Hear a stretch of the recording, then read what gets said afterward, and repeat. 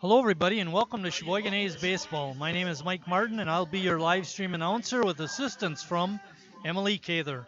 Today, the A's host the Burlington Barons in a Wisconsin State League doubleheader. Sheboygan comes in 21-14. Burlington is 13-6 in the State League, where Sheboygan is 14-6. Sheboygan holds second place, Burlington third in the league, and this is an important doubleheader for both teams. The starting pitchers for this game will be Eric Schmitz for Sheboygan and Troy Hickey for Burlington. Starting lineup for Burlington, leading off and playing second base, Logan Pye. Batting second, the shortstop, TJ Manteufel. Batting third, center fielder, Zach Campbell. Batting fourth and playing third base, Paul Archambault. Batting fifth, the first baseman, Ben Sierkiewski. Batting sixth and catching, Ben Larong. Batting seventh and playing left field, Brandon Watkins. Batting eighth, the DH, Jason Adams. And batting ninth, Danny Peterson.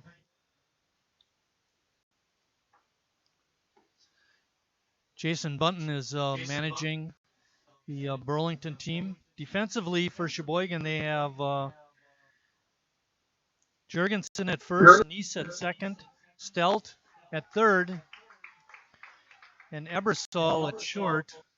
Base hit to lead off the ball game for Pye.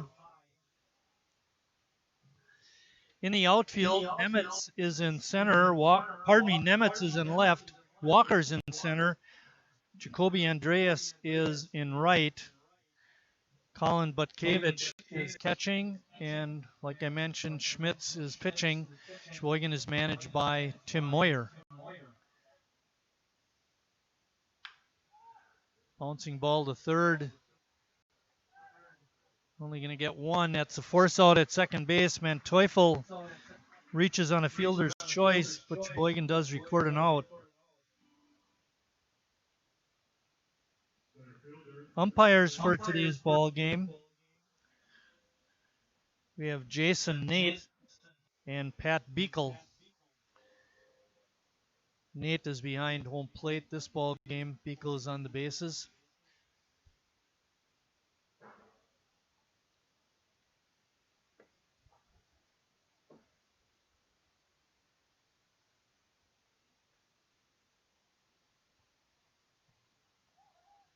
Another pickoff attempt is not successful. Game time weather, 78 degrees out. It's cloudy, and the wind is calm. Actually, on my phone, the temperature just jumped to 79. So let's make it 79. You okay with that, Emily? Good, she agrees. Slow roller to Ebersol. Throws on the run and got the batter, Campbell, by a half a step for out number 2. Good play by Nathan Ebersol. That brings up Paul Archambault, the third baseman.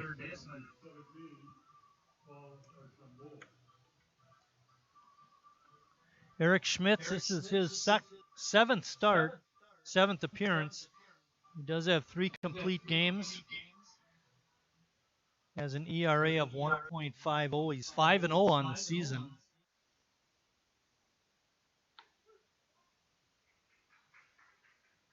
In 36 innings, he's got 45 strikeouts. And listen to this, only 4 walks. And he's a quick worker. Remember, these doubleheader games are only 7 innings long.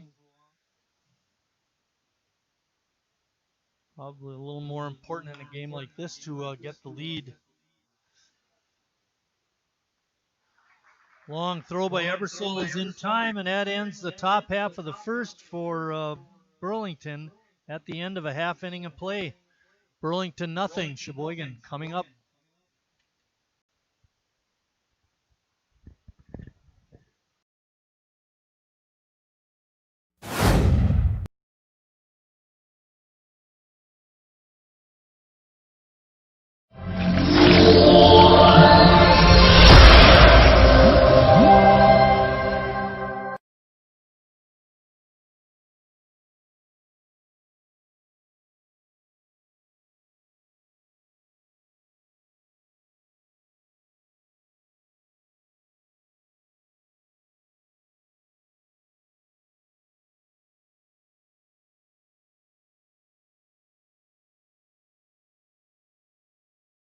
Carrier asks, what does comfort mean to you? We know it means more than just the temperature. And the people who invented modern air conditioning keep inventing new ways to make you comfortable. Carrier, turn to the experts.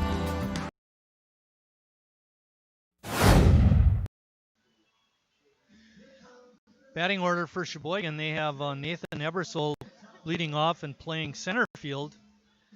Make that shortstop. That's the same mistake Bill made when he introduced the lineups. Batting second and catching is Colin Butkevich. Batting third and playing DH, Josh Moses. Batting fourth and playing third base, Harry Stelt. Batting fifth, Jimmy Jurgensen, and he's playing first. Batting sixth, number 17, and playing second, Jacob Neese. Batting seventh, T.D. Walker. Walker's out in center. Batting eighth, the right fielder, Jacoby Andreas. And batting ninth and playing left field, Sam Nemitz. Defensively for the Barons, they have Sikorsky at first, Pai at second, Archambault at third, Monteufel at short, Watkins in left, Campbell in center, Peterson in right, Larong is catching, and Hickey is pitching. First pitch to Ebersol is the strike.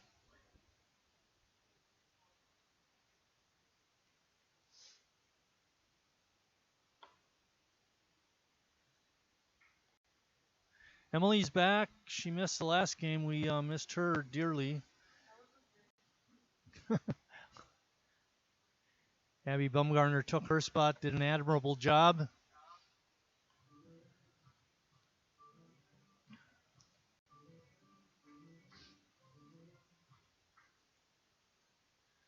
One ball and two strikes. And Ebersol takes a called strike three. That brings up Colin Butkevich. Colin leads the ball club in batting. Has a .476 batting average. He has 10 hits and 21 at-bats. He's seen limited duty, joined the team late, and we'll be seeing more time behind home plate. We mentioned the last game that Shane Ryan and Tyler Brandenburg are both gone now. They're heading back to school. I didn't realize the big partying started in August. I thought you had to wait till September. Bouncing ball over to the first baseman, Sikorsky, and he makes the one-handed pickup.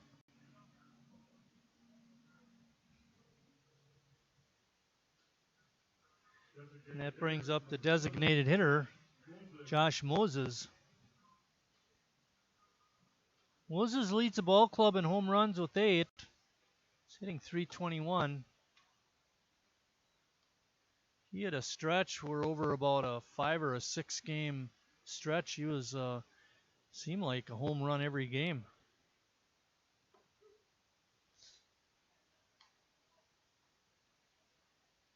He got it to the point where when he doesn't hit a home run, it's like, what's wrong with Moses? Had a good rip at that fastball and fouled it back.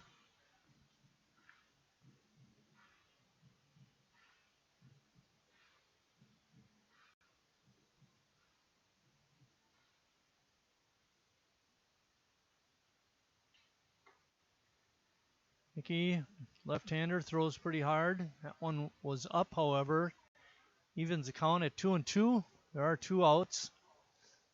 Just getting started. We're in the bottom of the first. No score.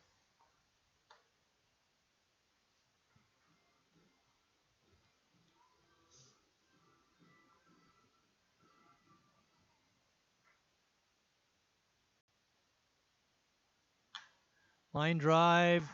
Base hit to right. Peterson cuts it off and throws it back in. Holds Moses to a single. That brings up Harry Stelt.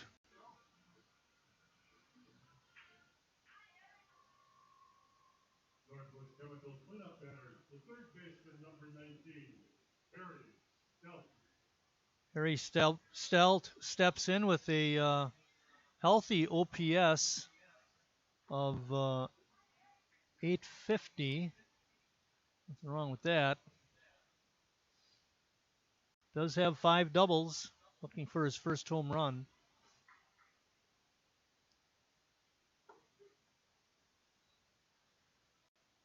Mickey strike machine out there.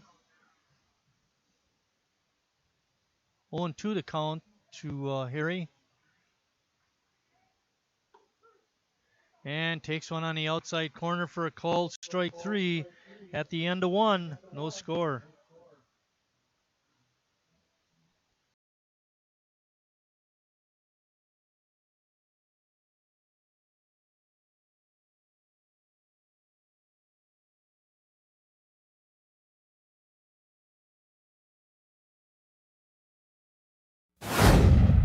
Carrier asks, what does comfort mean to you? We know it means more than just the temperature. And the people who invented modern air conditioning keep inventing new ways to make you comfortable. Carrier, turn to the experts. For your heating and cooling needs, call Advanced Comfort Systems, Sheboygan's only Carrier factory authorized dealer.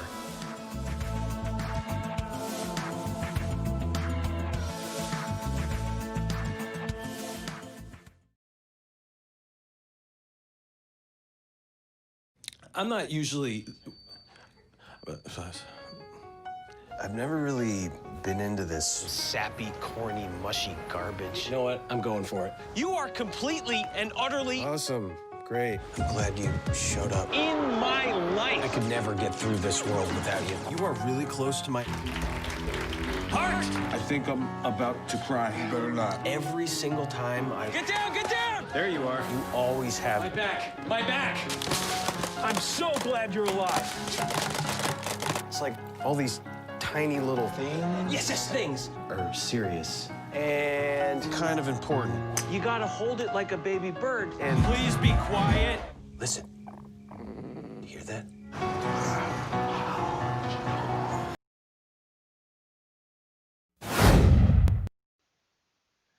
Ben Sikorsky, the first baseman, leads off the top of the second for Burlington. He takes a strike. Scott Witter stopped up in the booth before the game. Great to see him. He's in recovery too, Emily.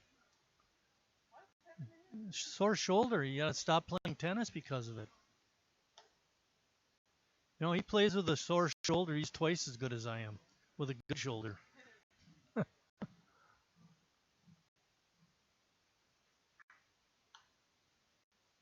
Hey, did you stop at Giovando's place? I don't blame you. Maybe that'll be next season. They kind of have it. Huh? Yeah, there's games next week. You got a chance. If you like exotic food and things are a little different, Emily, you'll enjoy that. They have some good selections. I do.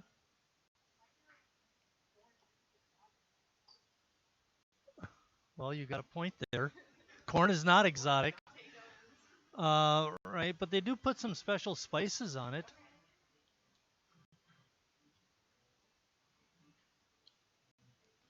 I mean, some people get a Corona with a lemon, and they think that's pretty exotic. Stealth threw that one way away. Batter reaches on an E5. I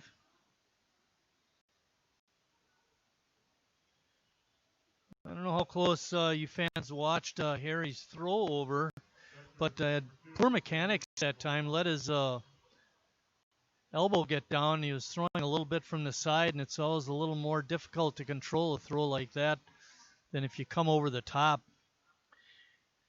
Ben Laurent is up. Ben is catching this first game.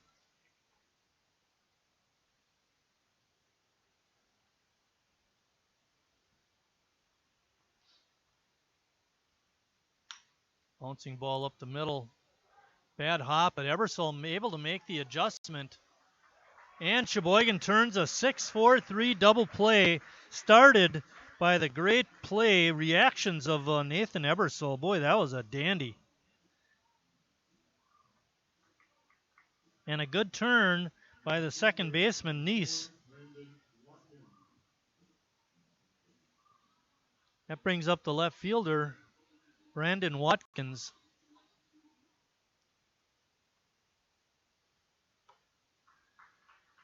Today's Wisconsin State League doubleheader ends the State League season for Sheboygan.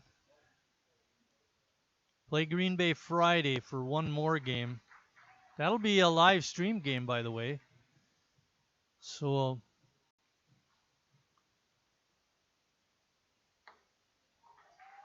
Schmitty goes right after Watkins and strikes him out. We'll talk a little more about the remainder of the season for Sheboygan. But after an inning and a half, no score.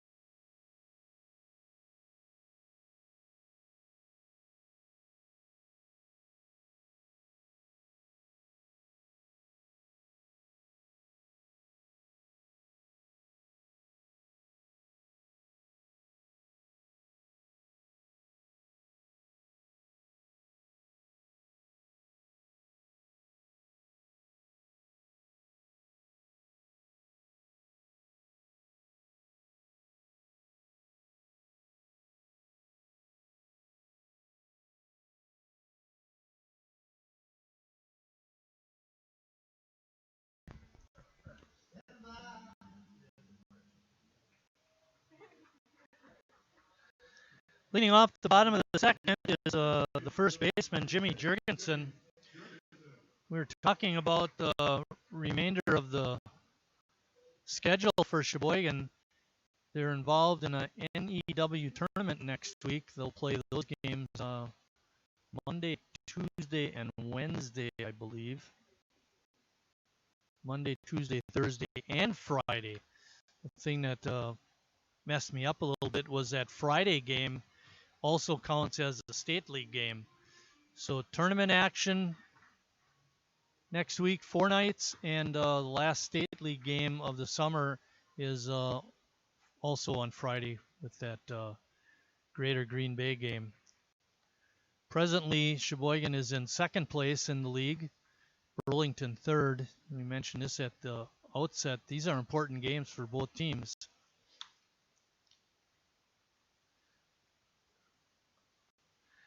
Nice play by Van Teufel to get Jurgensen.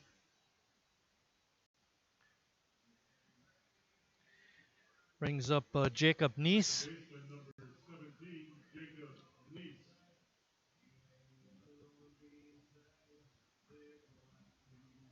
Neese has been on a little bit of a slide recently. His average is down to 240. I'd like to see him start hitting the end of the season, get his average back up.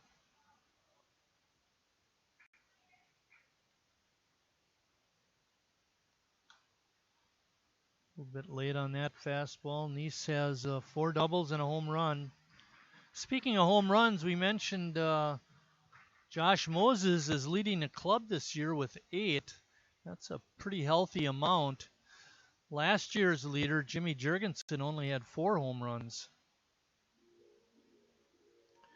And I was looking through some of the literature that they leave up here for me to get more information to add to the broadcast.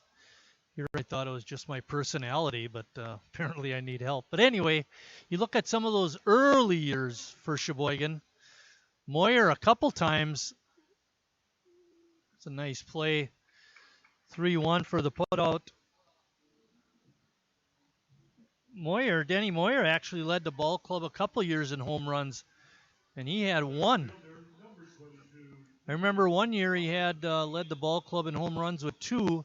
He had both of those home runs in the same game. And then when you get into the David Kober, Lee Wettenkamp, Gene Mann later in his career, those seasons, they were smacking home runs left and right, but you got to remember that was the metal bat era.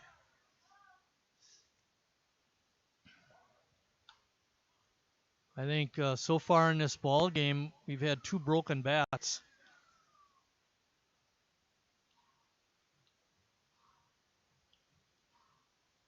Northwoods League that's up and running this summer, surprisingly. That's a wood bat league. Little pop-up, playing it on a hop is the second baseman, Pye, and he makes a throw over to first in time, and that's the end of the second inning. Still no score after 2 complete.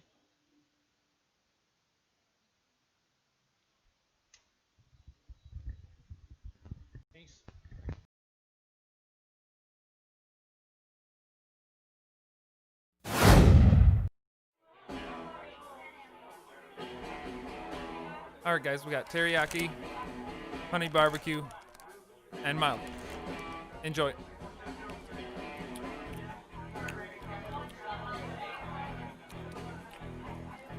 All right, DOA wings, hottest on the menu. You got a problem?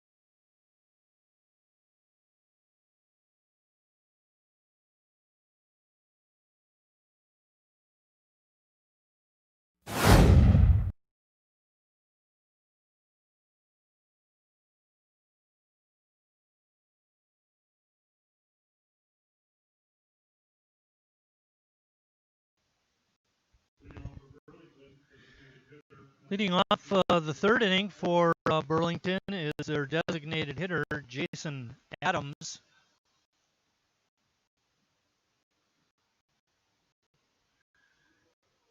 Skies are threatening. There are pop-up showers in the county. Hopefully we'll be able to get this doubleheader in.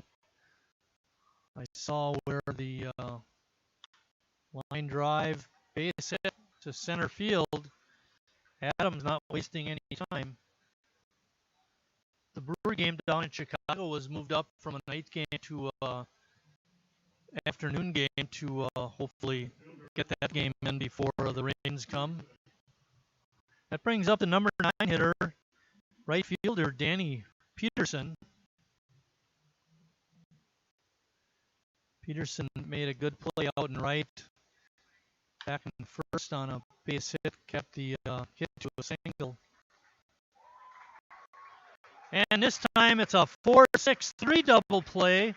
A great turn made by Ebersol, and a strong arm got the throw to first in time. 2 double plays already for Sheboygan.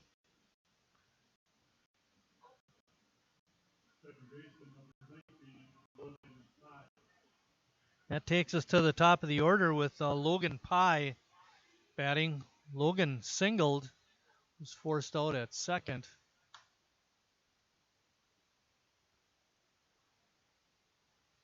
Burlington in a hurry to get home. They're swinging at the first pitch on a regular basis. Probably not a bad idea against Eric Schmitz.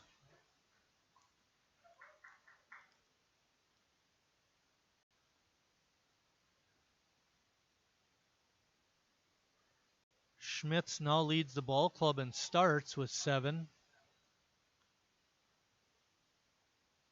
Eric and Brad Reinflush were tied at 6.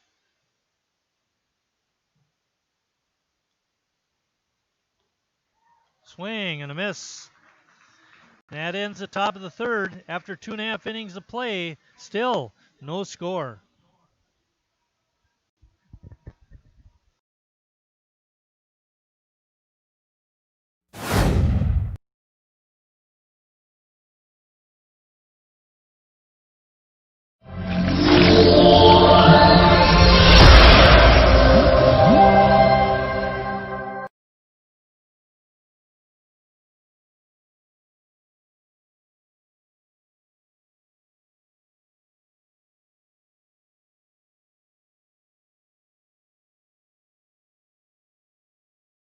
Carrier asks, what does comfort mean to you? We know it means more than just the temperature. And the people who invented modern air conditioning keep inventing new ways to make you comfortable. Carrier, turn to the experts. For your heating and cooling needs, call Advanced Comfort Systems, Sheboygan's only Carrier factory authorized dealer.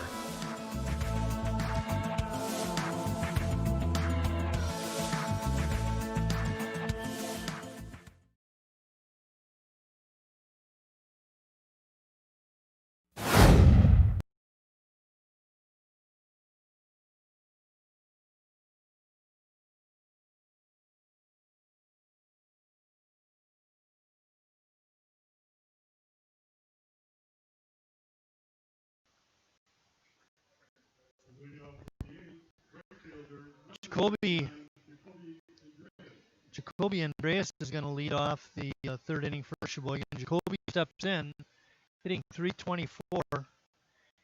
He does have a home run. Big hit, strong. Actually has 2 doubles, a triple, and a home run.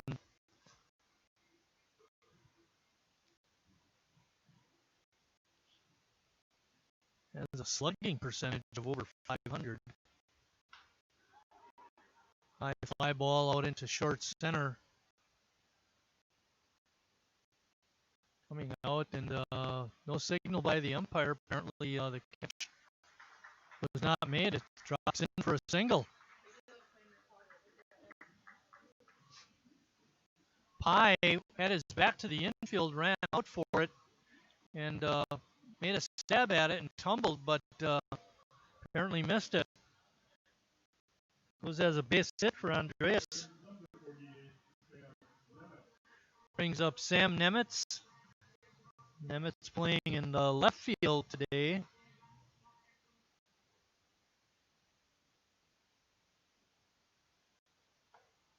Sam squared to bunt and offered at it. Umpire called a strike. Third baseman Archambault is even with the bag, looking for the bunt.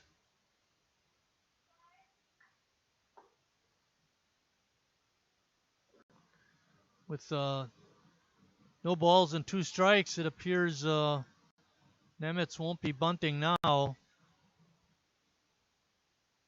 Sam hitting .259.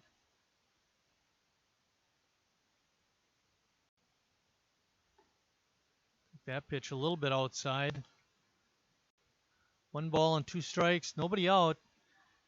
Jacoby Andreas on at first. Game number 2 today will start about a half an hour after the end of this game. Nemitz goes down on strikes. That brings up Nathan Ebersol.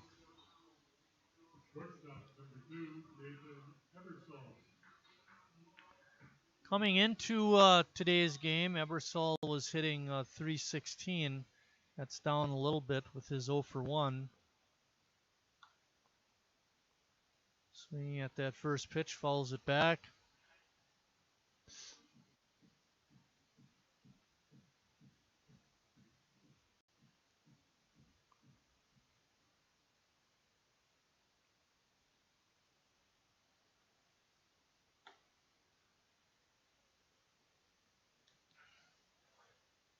1-1. Tomorrow in the NEW tournament, check that. Tomorrow is the Snipe. No baseball tomorrow. On Monday, August 17th in the NEW tournament, Sheboygan will host Kewaskum in a 7:30 game. That game will be live streamed, but my recommendation is to be here at the ballpark.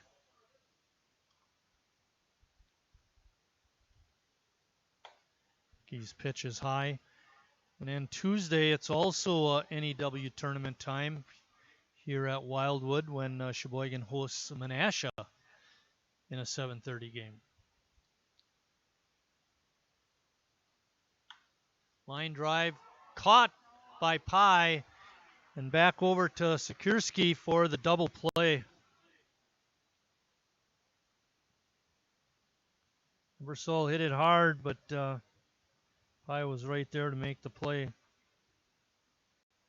And that ends the third inning at the end of 3 complete. Still no score.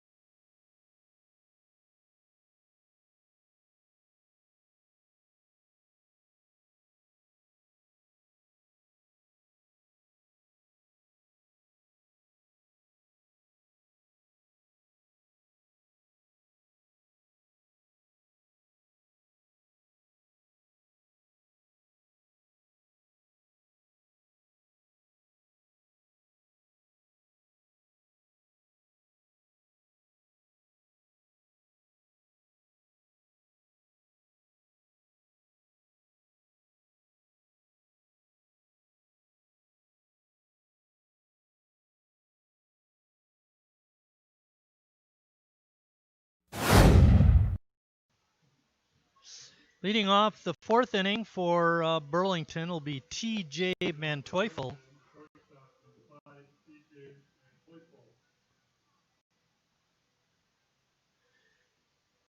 T.J. reached on a fielder's choice back in the first inning.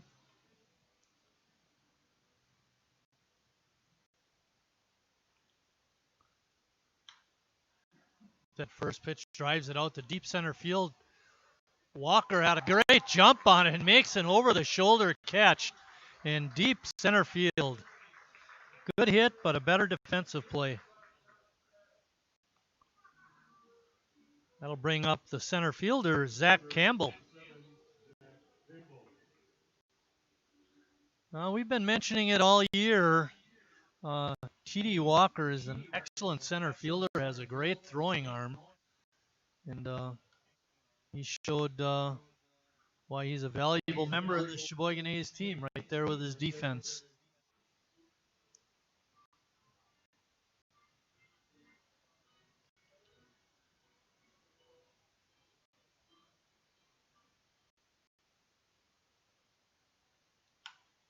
Line drive out into left center field is a base hit. Walker cuts it off and holds Campbell to a single.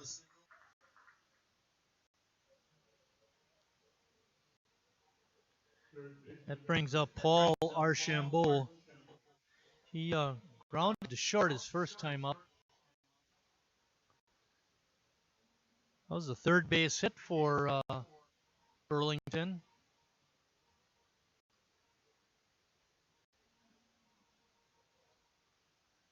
2 strikeouts so far for Eric Schmitz.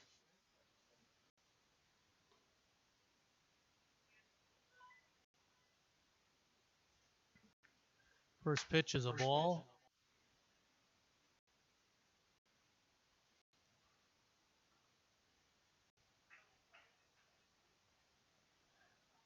Kavich with a good stop, kept it in front. Did not allow the base runner to advance. Jared Reklitis is the second game starter for Sheboygan. Be good to see him pitch. It'll be his third start of the season. Rare event here for Eric Schmitz. He's 3-0 on the batter. Do have one out.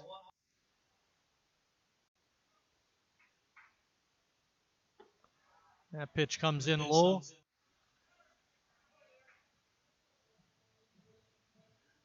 Burlington threatening again. He had a threat going back in the first.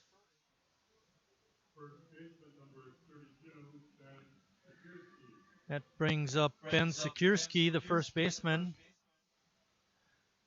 Ben had a nice play back in the second inning when he ranged his right, picked up a ground ball, and tossed it to Hickey, his pitcher, for out at first base.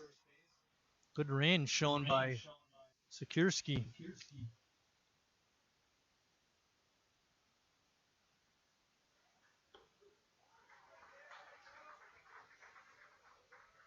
Schmitz pouring in the strikes again. No balls and 2 strikes on the hitter.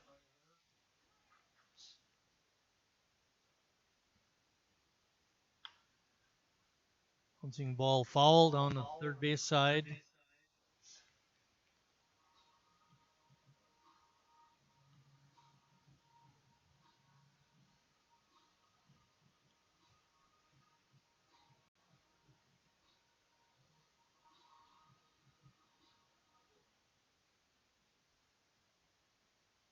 Schmitz comes set and delivers.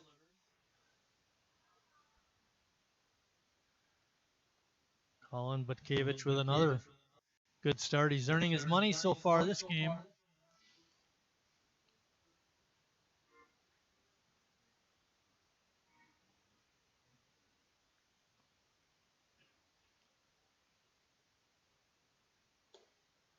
Just a bit outside.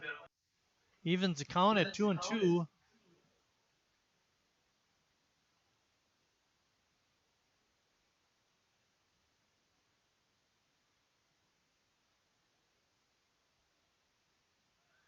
Batter running. The throw bounced into third. Harry Stelt was able to make the pick, but when he brought the tag back down, it was too late. The batter, Sekurski, is out on strikes.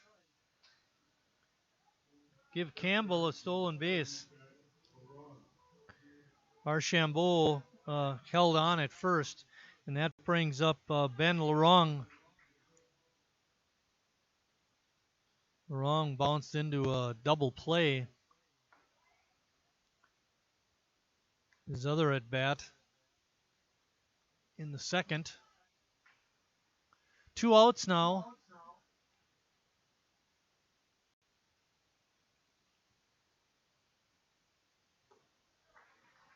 Like Schmitz took a little something off that pitch. Larong was out in front. Swing and a miss. Evens the count at 1-1. 2 outs, no score.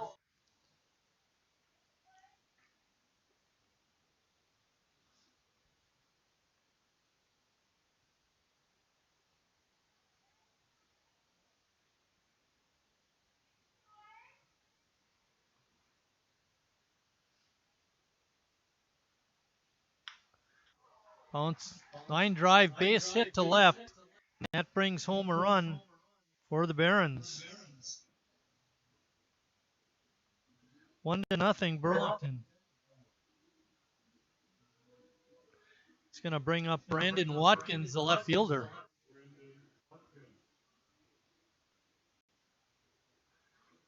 Two hits in the inning, 4 in the ball game now for Burlington.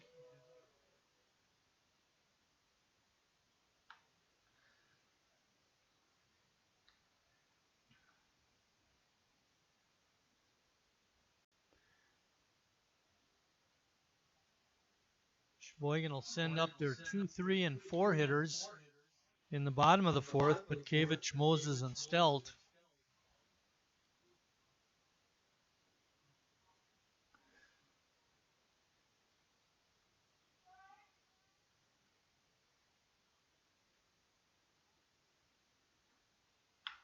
Line drive down the third base side is foul. That was a loud foul ball. Nemetz racing over and picking it up in the corner. Foul territory, gets it back in. Now we're ready to start action again. It's 2 balls and 1 strike on the batter. There are 2 outs and a run is in for Burlington. Ball is fouled back.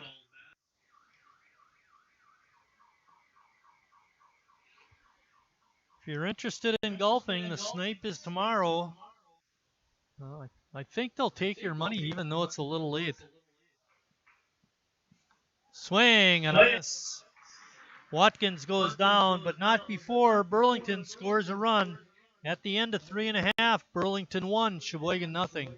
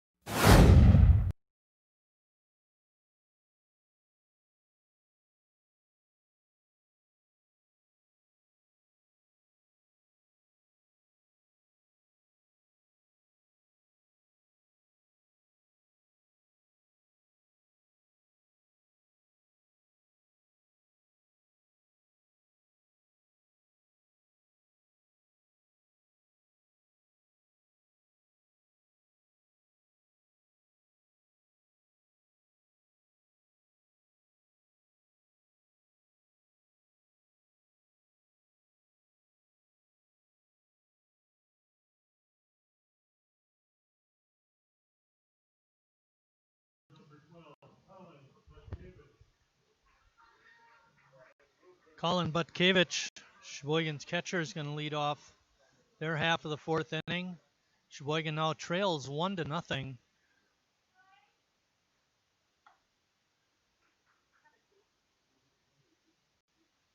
Ben Larong, Burlington's catcher, singled in Zach Campbell, who had singled to lead off the inning. Kavich pops it up to short, and making the catch is Manteufel. First out in the fourth. We have our A's trivia coming up. Stay tuned for that. Might throw that question at you after Josh Moses bats. Moses singled his first time up.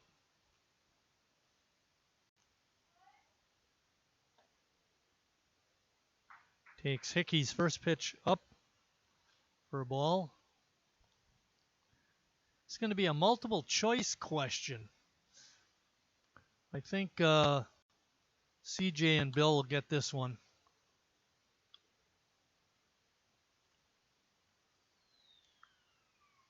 We did not discuss this earlier. A lot of times I have to give them a little heads up first so they can have an advantage over you guys in internet land. There's a drive out into left center field. Another base hit for Moses. He's 2 for 2. That brings up Harry Stelt. All right, here's your question. Multiple choice. Between Jake Folish, Jimmy Jurgensen, Brad Reinfleisch, Josh Gates, and Jacob Bonin, who was the A's 2019 Rookie of the Year? So it's not going to be Bonin, Emily told me, because he didn't play. Okay, so we'll throw Bonin's name out of there. He didn't play last year. Folish, Jurgensen, Reinfleisch, or Gates? CJ says Jurgensen. Emily says Folish. And Mike Casper was not on the list, Bill, so you got to pick somebody else. Yes.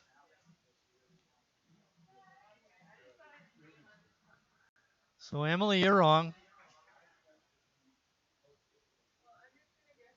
Hey, that's okay, Emily. You can play along. Those choices again were Folish, Jurgensen, Reinfleisch, and Gates.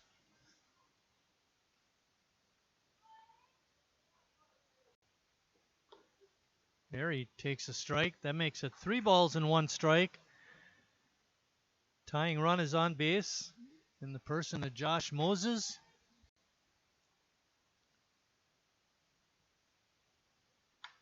Harry rips one but foul down the right field side.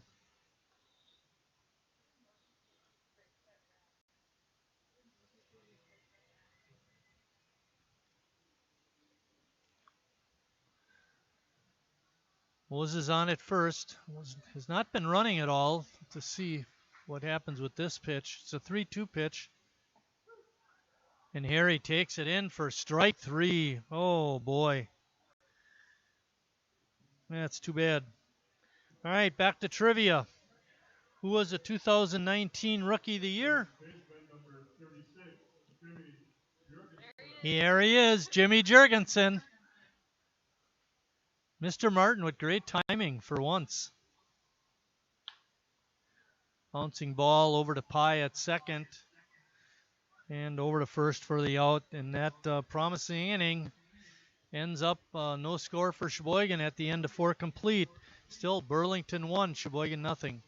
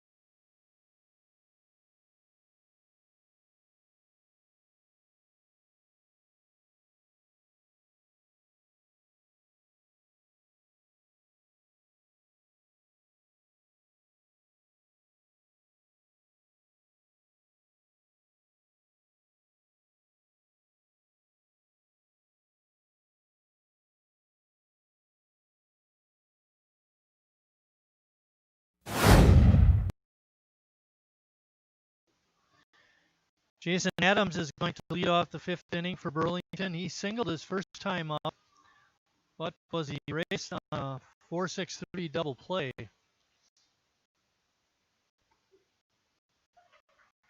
Schmidt starts him off with a strike.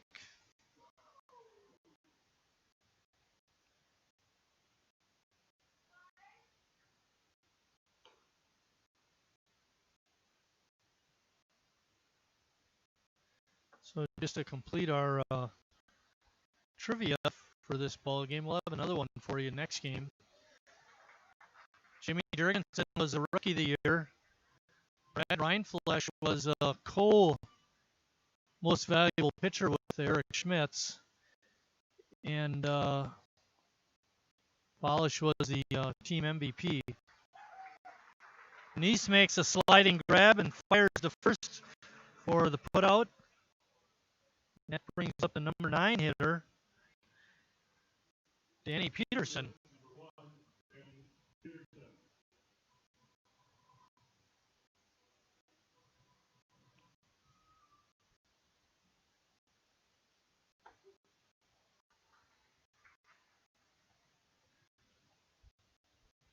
Sheboygan's last game was August 13th. They beat West Dallas 10-7.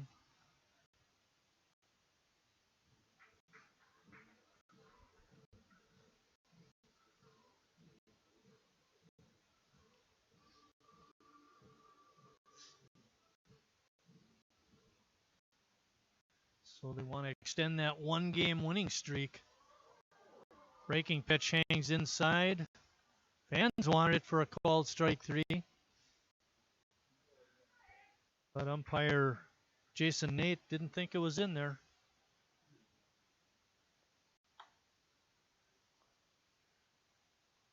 Pitches the ball. Count is 2-2. There's one out. We're in the top of the 5th inning. And a half-hearted swing by Peterson on a breaking pitch from Schmitz, and he's out on strikes. That's a 5th strikeout. You're welcome, Emily. That takes us to the top of the order with Logan Pye batting. Logan singled his first time up, struck out his second, and takes a strike right there.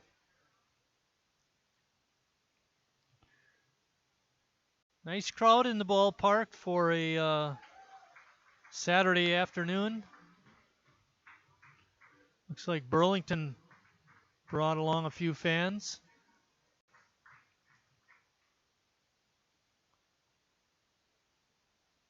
Emily's fan club is on the third base side. Brad, okay. All right, cool. Brad is. Okay. They pay better in Sheboygan. They pay better in Sheboygan.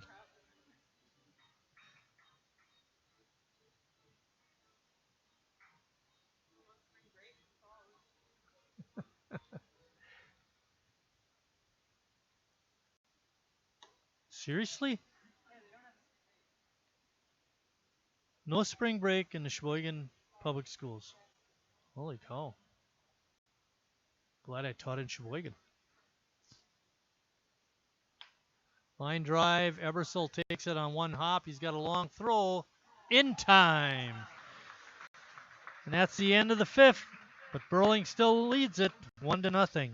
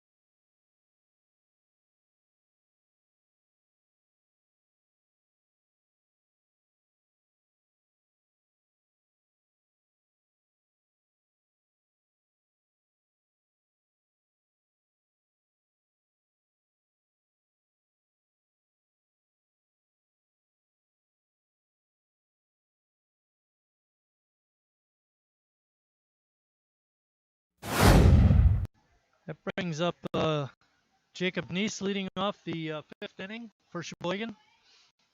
It's getting late. Neese takes Hickey's first pitch for a ball. Only a 7-inning game when they play doubleheaders. Neese pops it up on the first base side. Sikierski makes a nice catch near the fence for out number 1.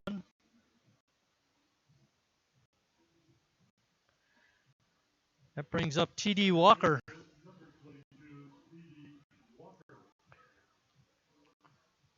Walker grounded out to second. Back in the second. Troy Hickey has been very tough here today. He's only allowed 3 base hits by Sheboygan. Does have 4 strikeouts.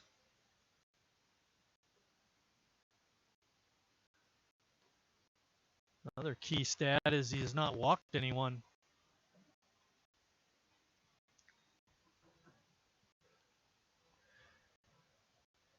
Moses has 2 of those base hits, and Andreas has the 3rd, all singles.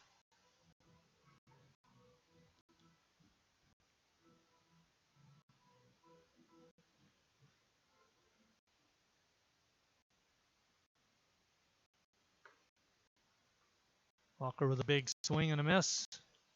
Entering action tonight, TD was hitting .253. 4 doubles, 1 home run.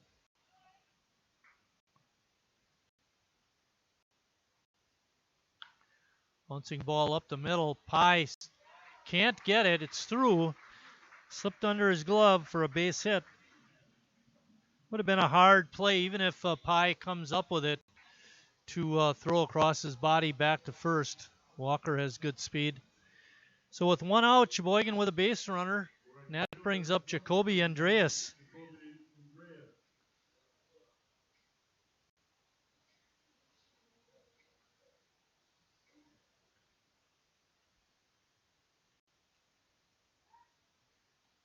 Hickey with a throw over to first.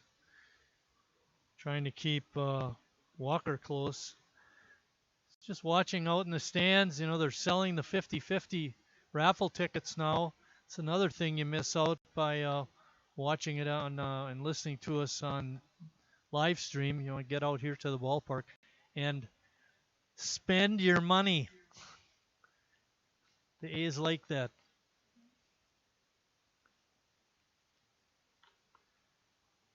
You know, foul. Count is 1 ball and 1 strike. There's 1 out. And we have Walker on at first.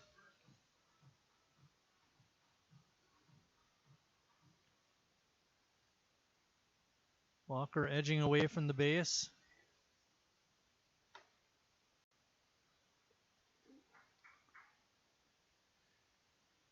Hickey trying to keep him close.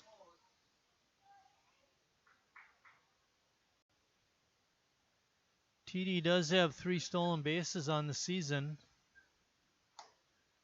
Andreas with a healthy cut, but a miss. 2 balls and 2 strikes. Sheboygan down a run.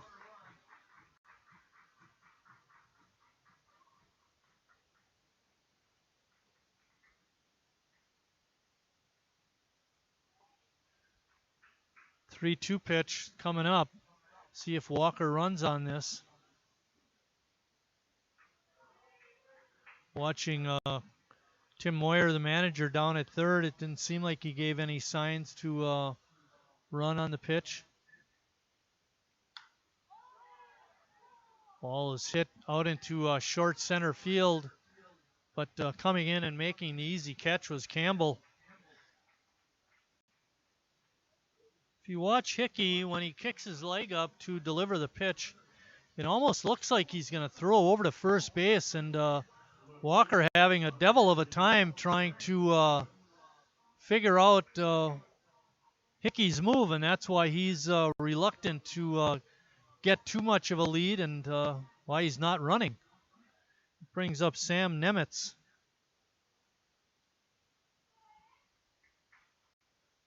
Watch that leg kick. He didn't do it quite as deceptively that time.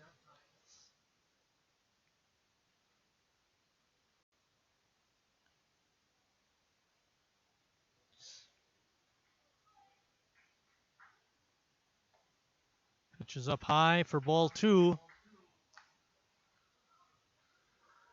2 outs in the inning. Ebersol is on deck. Well, he'd love to get a crack at it with a runner in scoring position.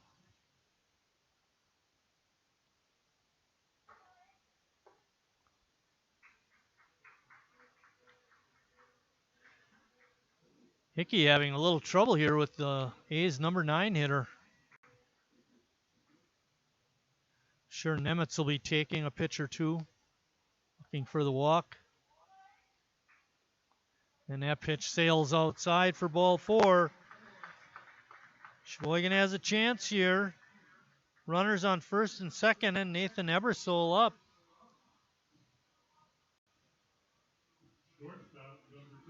We mentioned Nathan entered the ball game hitting over 300.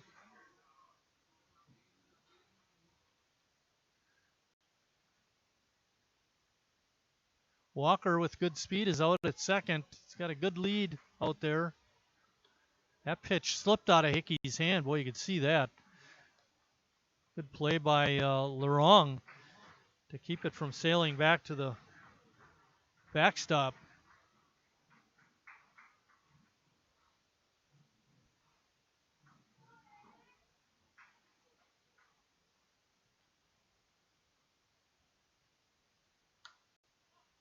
These pitches right down Main Street, but Ebersol could only foul it off. Evens the count at 1-1. Colin Butkevich is on deck.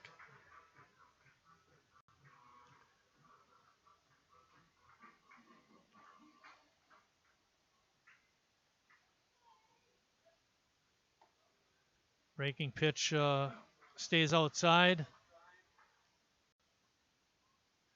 Infield is deep at all 4 positions for Burlington. The outfield pretty much straight away. Center fielder Campbell shading to right field. That ball is hit out to right. Peterson has the beat and makes a catch, and that's the end of the A's threat in the 5th. After 5 complete, Burlington 1, Sheboygan nothing.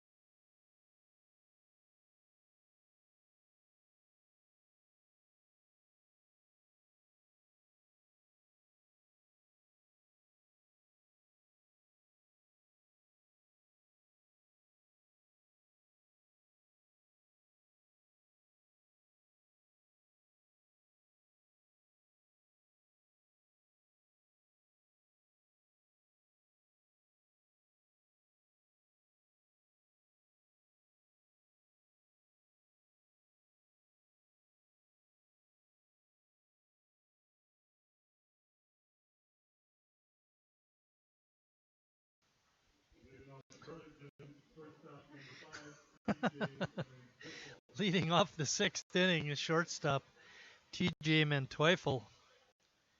TJ is 0 for 2 in the ball game.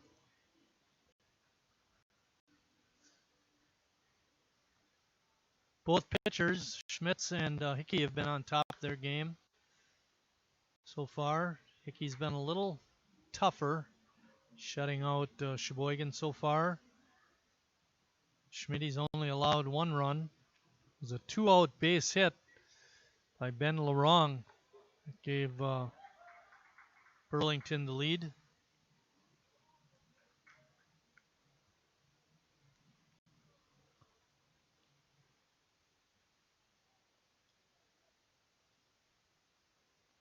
Rick Bumgart's in the house. Ball is fouled straight back.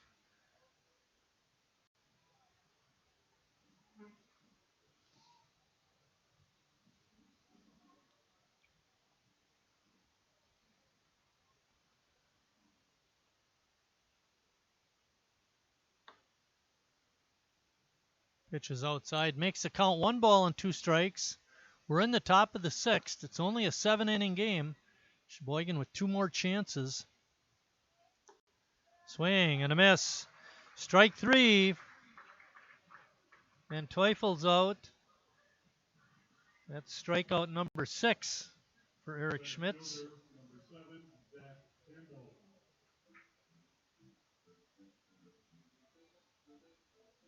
That brings up Zach Campbell, the center fielder.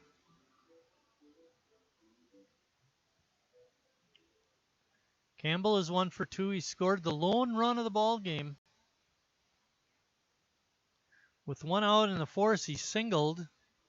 Went to second on a walk to the next batter, and then he stole third and scored on a base hit to left field by Ben Larong.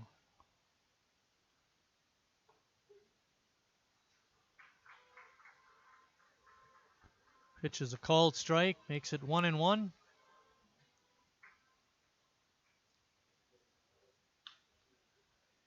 Fly ball out to short center field. Walker racing in, makes the catch. Quick 2 outs here in the 6th. Paul Archambault is up next.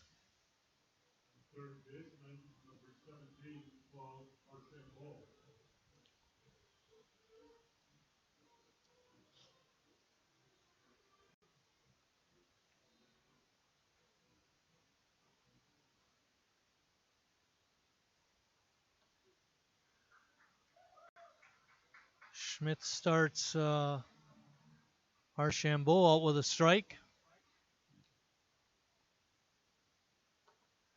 And a swing and a miss.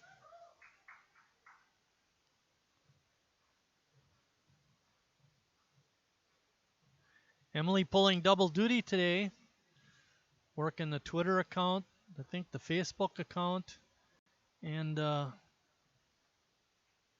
turning my mic on and off. Running commercials between the half innings. Pitch just outside.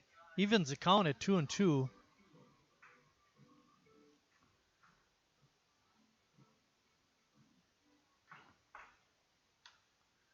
Ball is popped up on the infield. Ebersol making the call and the catch. And that's the end of Burlington's half of the 6th. With the score still, Burlington 1, Sheboygan nothing. Carrier asks, what does comfort mean to you? We know it means more than just the temperature.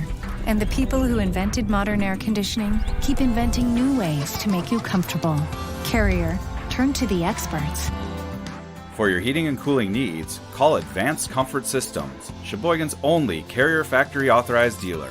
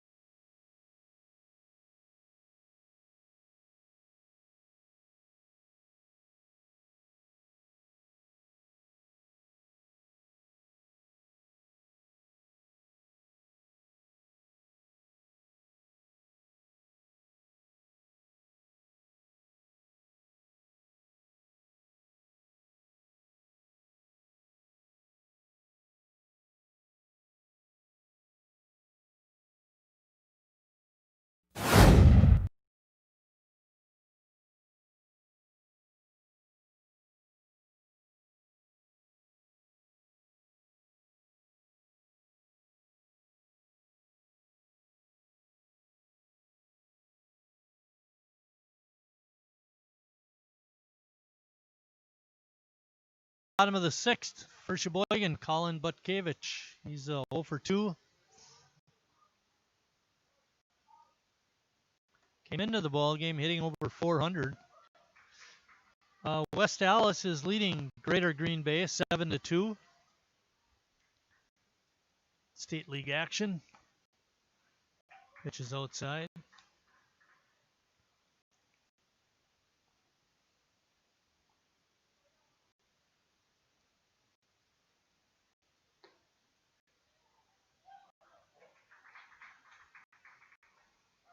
Pitch looked pretty good, but apparently it was low. Makes the count 3-0. And Hickey not even close on that pitch. Walks the leadoff man. That is the first walk for Hickey in the ball game. And walking the leadoff man is not a recipe for success.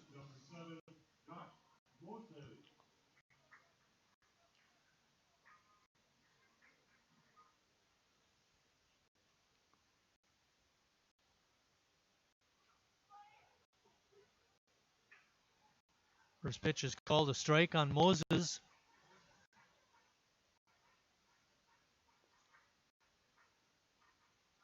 With Hickey's deceptive move, it doesn't allow the Sheboygan runners to get much of a lead.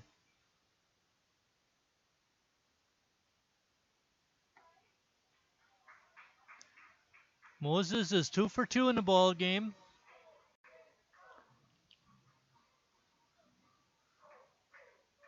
Both teams with 4 hits.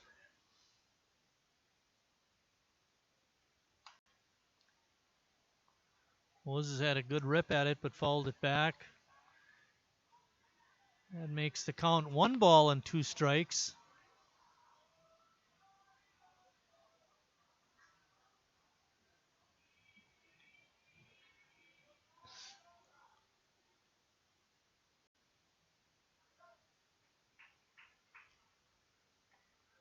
Swing and foul tip into the mitt of Ben Larong, and Moses is out on strikes.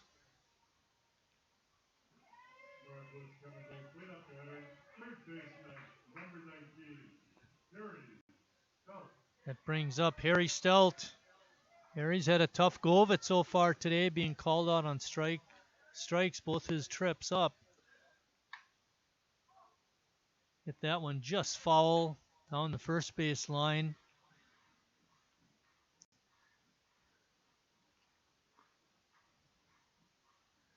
Harry, an excellent hitter. He loves to be in these kinds of spots.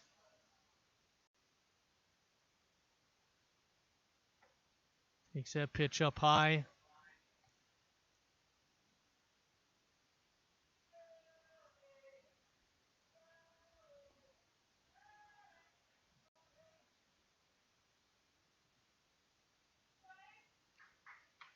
Line drive. Base hit into left field.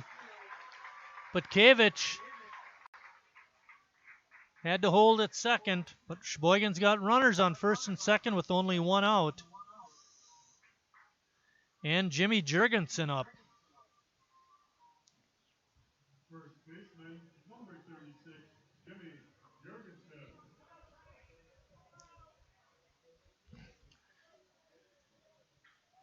Jimmy's hit the ball on the ground his first 2 trips, 1 to short, 1 to second. Got that one up in the air a little bit. The right fielder's not going to get it. It's going to go all the way to the wall and out of here. A line drive, 3-run homer for Jimmy Jurgensen.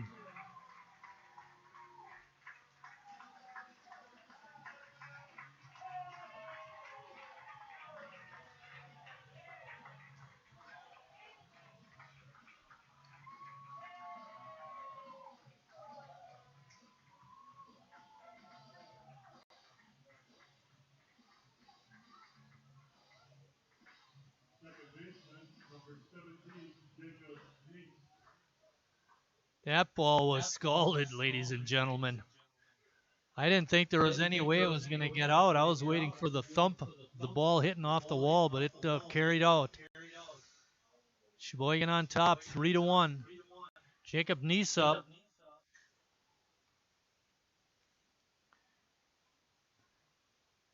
Boy, that one felt good.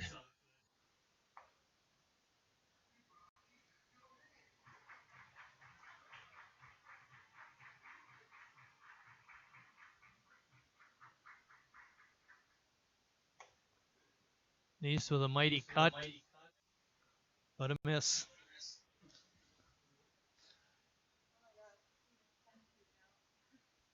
West Dallas on top, 10-2. High and tight. Nisa just able to get out of the way.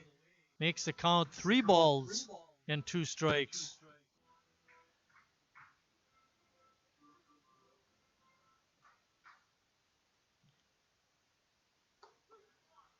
That pitch is right on the outside corner for a called strike 3.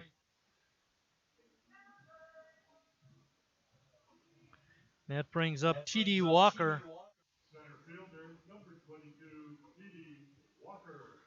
Walker singled his last time up. He's 1 for 2 in the ball game.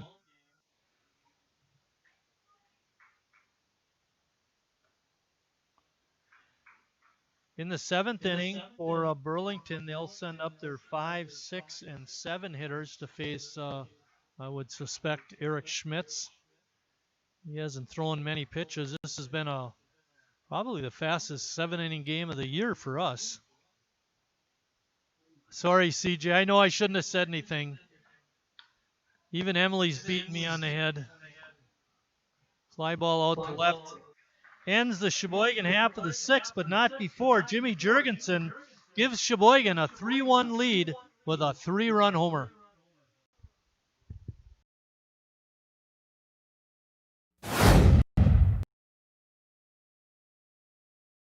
I'm not usually... I've never really been into this sappy, corny, mushy garbage. You know what? I'm going for it. You are completely and utterly Awesome. Great. I'm glad you showed up. in my I life. could never get through this world without you. You are really close to my... Heart! I think I'm about to cry. You better not. Every single time I... Get down, get down! There you are. You always have... My back, my back. I'm so glad you're alive. It's like all these tiny little things Yes, things. are serious and kind of important. You gotta hold it like a baby bird. And Please be quiet. listen, you hear that? That's a little something I like to call Friendship.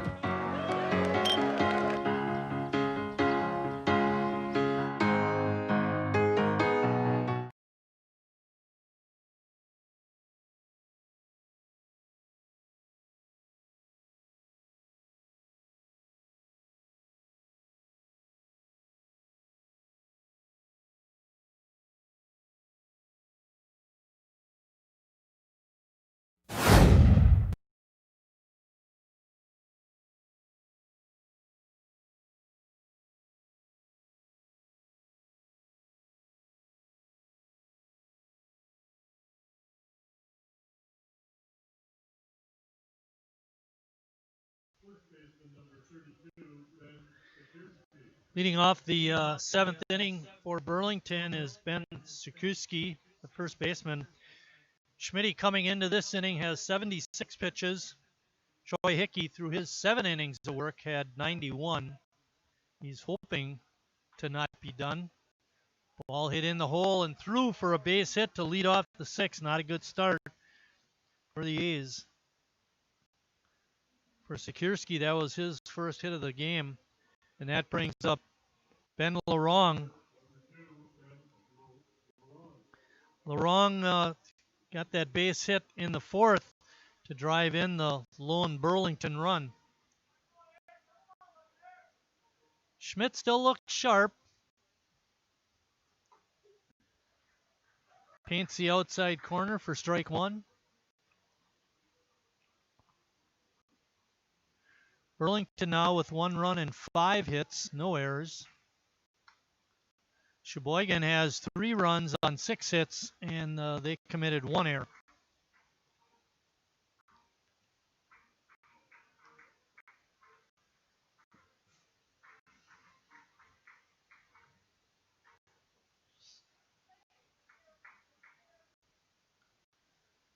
Larong had a good rip at it, but could only foul it back. It's now no balls and 2 strikes.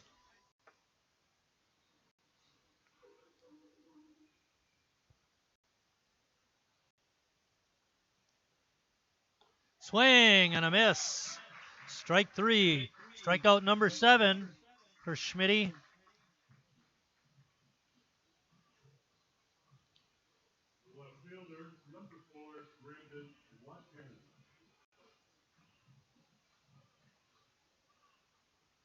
Brandon Watkins is next. Watkins 0 for 2, couple of strikeouts. Schmitz would like to set him down. Watkins is the 7th batter in the Burlington order.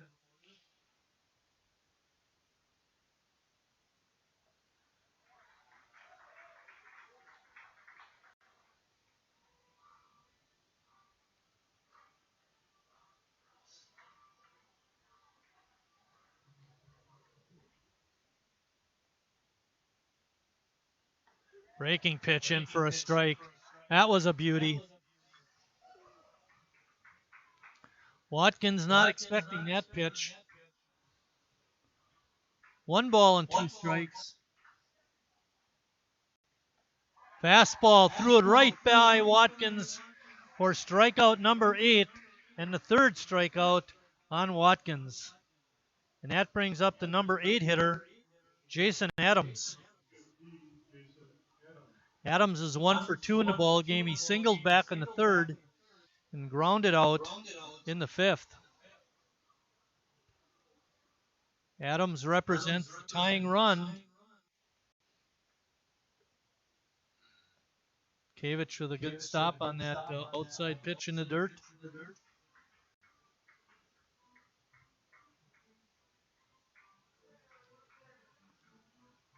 Sikorsky's on at first. He singled to lead off the inning.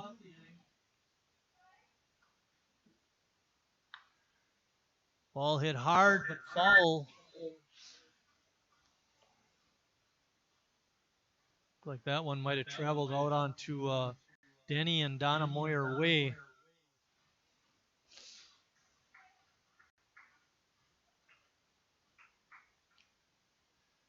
Schmitz comes set and delivers. Pitches up high. Makes the count 2 balls and 1 strike.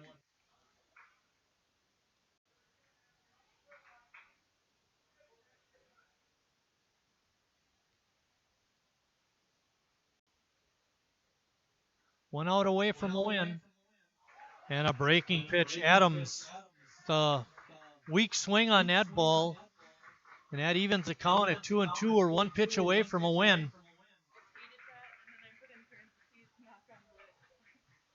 Great.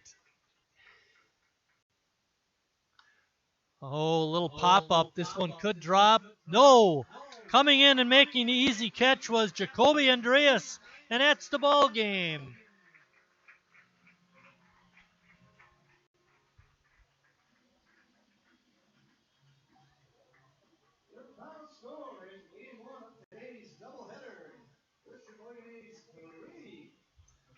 All righty.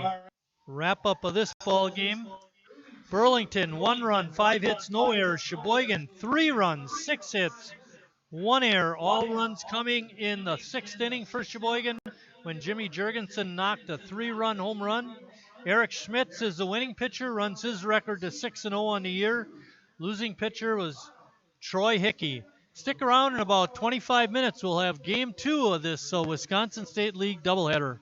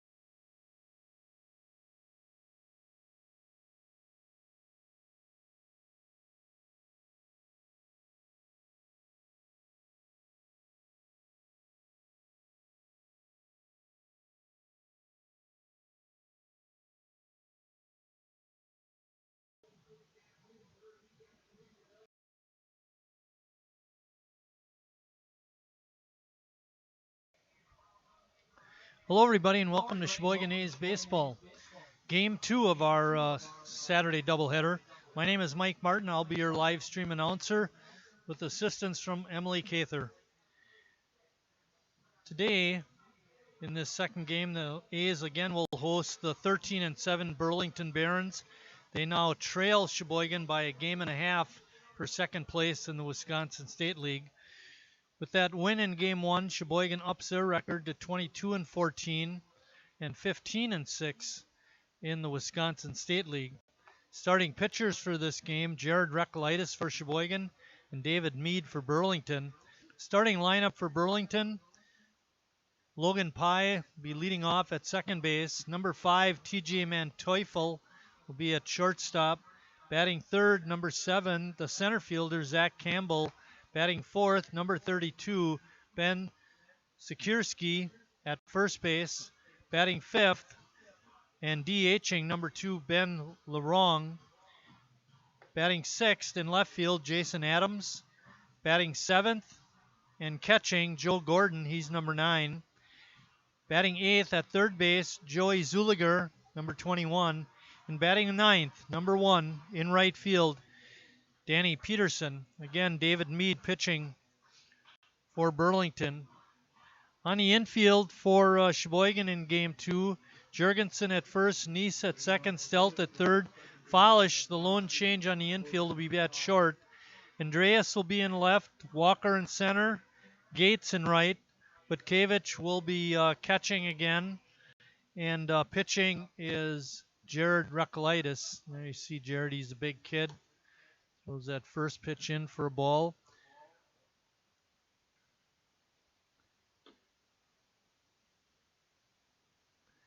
Game time temperature is 74 degrees under cloudy skies, and the wind is calm. Umpires, we got Beekle behind home plate and Nate out on the bases this game. Those two umpires did a good job in Game 1.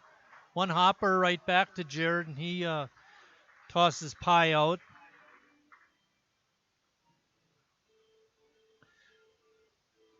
The final line in that Game 1 for Troy Hickey, he threw 91 pitches, went 6 innings, gave up 6 hits, 3 runs, all earned. Walked 2, struck out 6, did give up a home run. He threw 91 pitches. For Sheboygan, Schmitz picks up the win. Goes 7 innings, gives up 5 hits, 1 run. It was earned. Walked 1, struck out 8. He threw 89 pitches. 63 of those were strikes. The game time was 1 hour and 24 minutes. It was a quick one. In the hole, Folish sets and throws. And safe. Manteufel legged that one out. Good play by Jake to get the throw over, just couldn't get it there in time. And that brings up the number 3 hitter, Zach Campbell. Campbell was 1 for 3 in Game 1. Scored the lone Burlington run. For the season, for Reckolitis, this is his 4th appearance, his 3rd start. His ERA is 2.53. His one-loss record is 1-1. No saves on the year.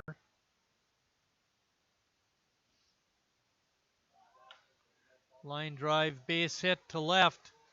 Campbell going the other way. And a good hit and run action that time by Burlington. Puts runners on the corners with only 1 out. And that brings up Ben Sikorsky.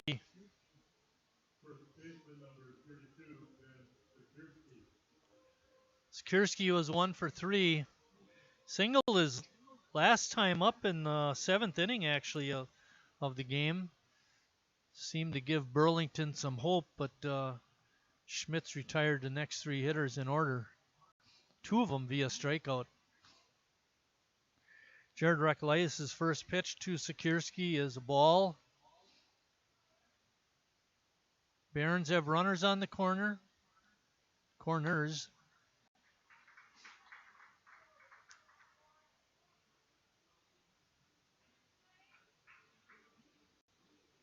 Jared played his high school ball at Sheboygan South.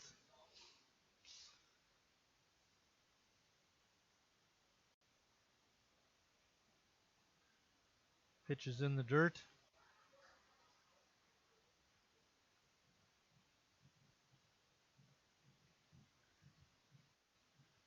Jared is a UWM alumni, played there.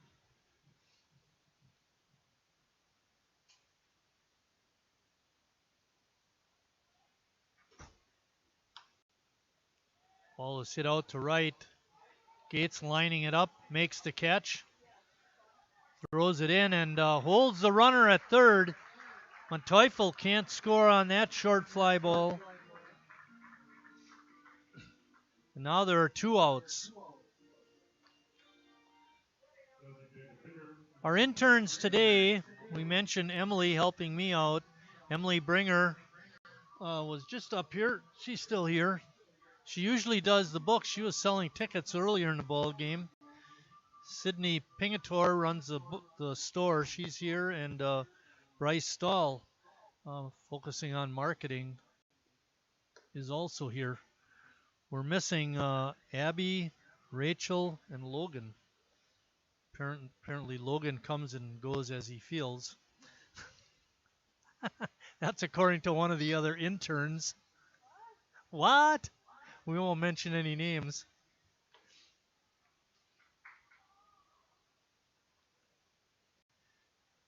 Count is 2-0 to Ben Larong. Ben did a good job behind the plate in game 1. Got the RBI single to drive in the lone run.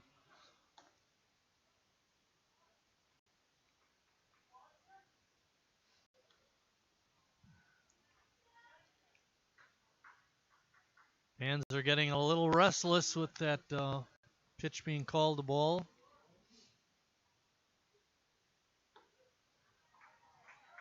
Right down Main Street for strike 1.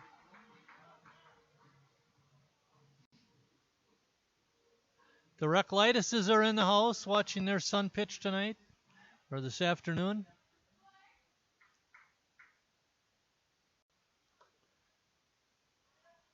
Which is ball 4. That'll load him up. For Jason Adams.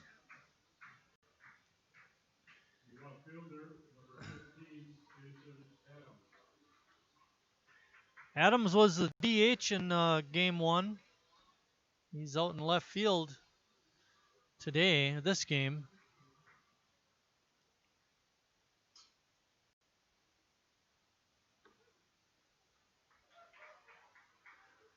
First pitch is called a strike.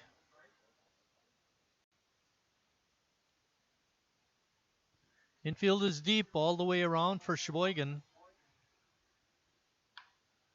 Bouncing ball up the middle, through for a base hit. 1 run is in. Walker's throw home is not going to be in time. 2 runs in. Adams with a 2-run single. Burlington's on top early.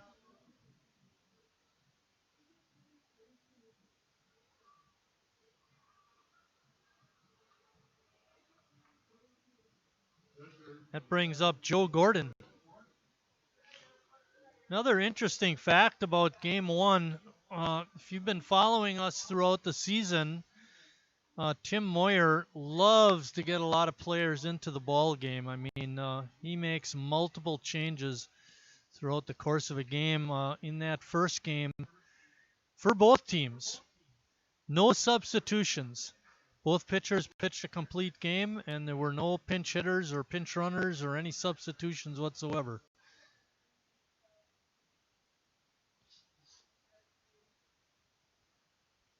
Rain is starting to come down. Too Cool starting to cover up their equipment. If you see any sparks on your monitor, it's Too Cool's equipment blowing up. No balls and 2 strikes on the hitter Gordon. And Reclitis gets a strikeout to end the inning, but not before Burlington comes up with 2 runs on 3 hits.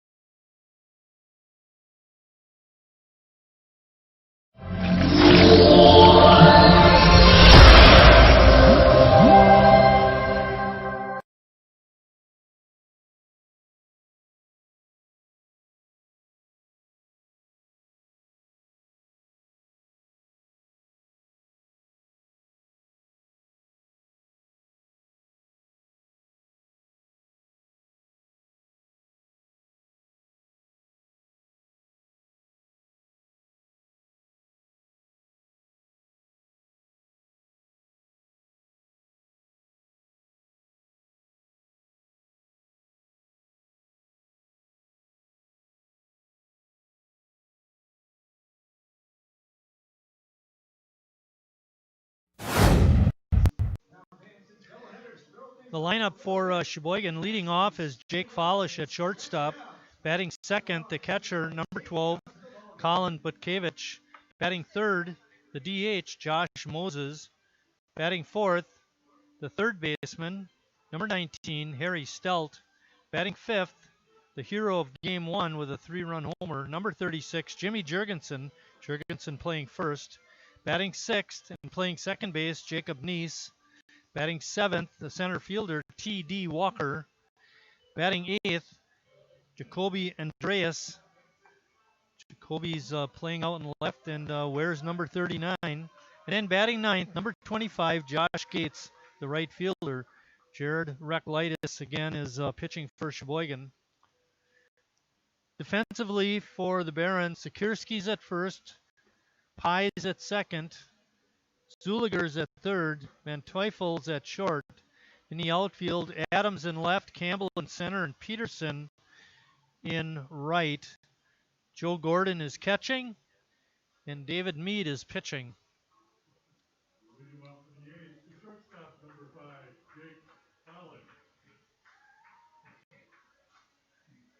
Follish having a bit of a tough year, hitting .215. He was last year's team MVP. Had a hard time replicating that this year. But getting a start here in game two. Takes that first pitch from Mead for a strike. Sheboygan down 2-0. Was raining for a bit.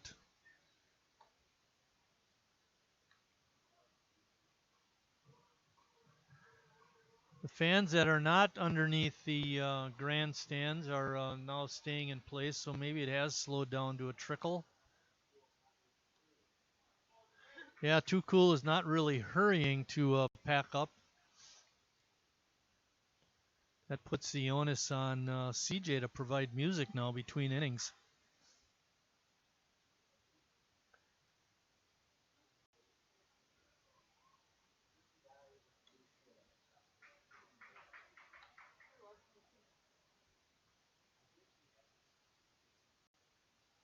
Three balls and one strike on the batter, Follish. Follish takes that pitch on the inside corner for strike two, and that loads up the count at 3 balls and 2 strikes. Nobody out.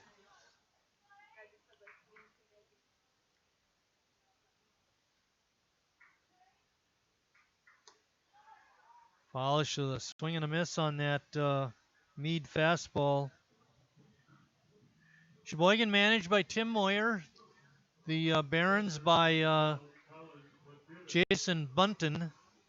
You may remember Bunton. He's a tall, slender left-hander. He did pitch for Sheboygan for a while. Next up is Colin Butkevich. Colin walked and scored in that sixth inning, when Jurgensen hit the 3-run homer.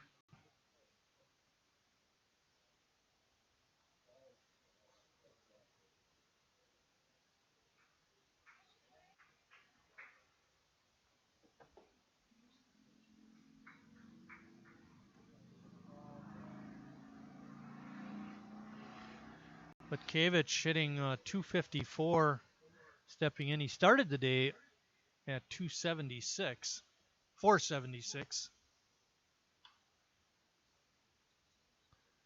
Yeah, that'd be quite a stunt. Quadruple doubleheaders, no hits in any of them. 2 balls and 1 strike. Hayes trying to get something started here in the bottom half of the first.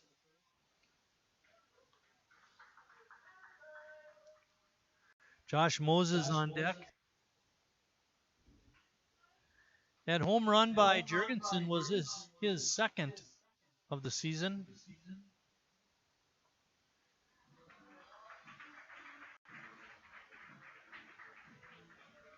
Butkevich draws the walk, and that brings up Moses.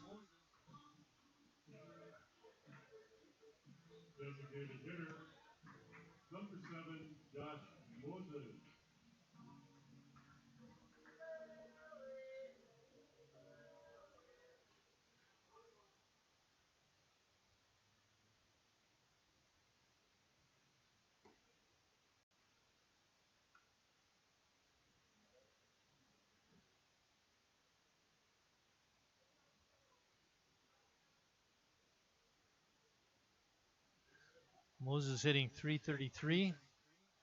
He steps in, takes a breaking pitch for a strike. That was a dandy.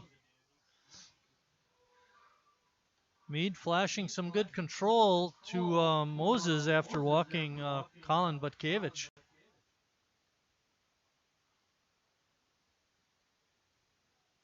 Ball in the dirt, gets past Gordon. And Sheboygan now has a runner on second base.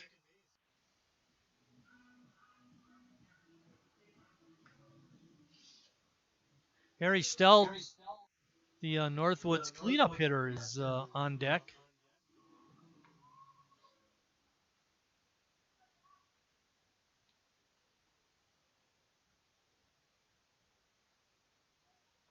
Another pitch in the dirt, gets by Gordon. And Butkevich moves over to third on another wild pitch by David Meade.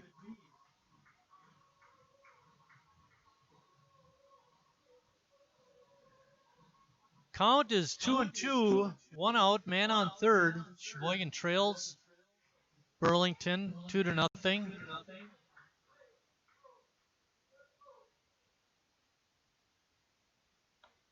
Pitch is up high.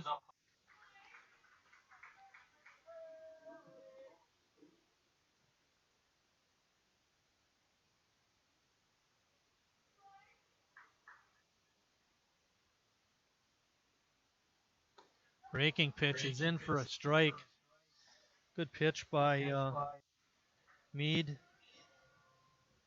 And that brings up Harry Stout.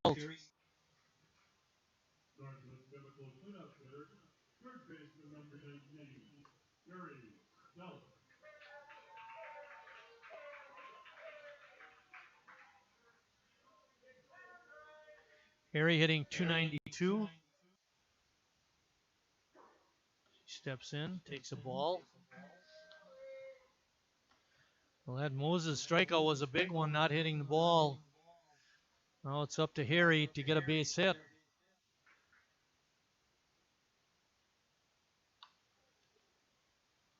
Pitch was in the hitting zone, but all Harry could do is foul it back.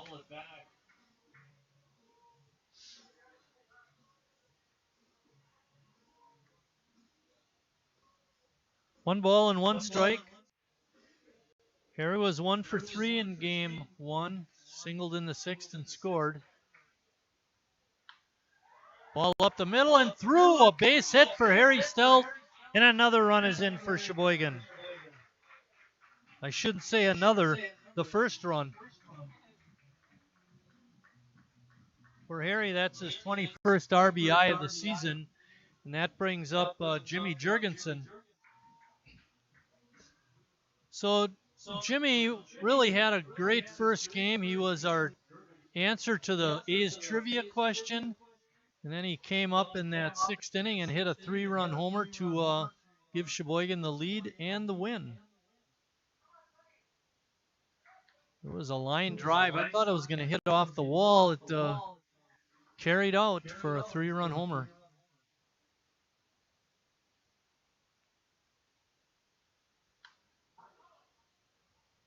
Jurgensen wants that pitch back. Boy, he'd love that one. It's right there to be hit, and all he can do is foul it back. 2-1, Burlington on top. Sheboygan coming right back to narrow the lead to only 1 run.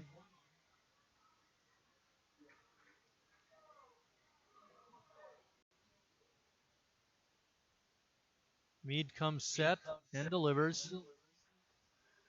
Breaking pitch. It's been pretty good for Meade so far in this first inning.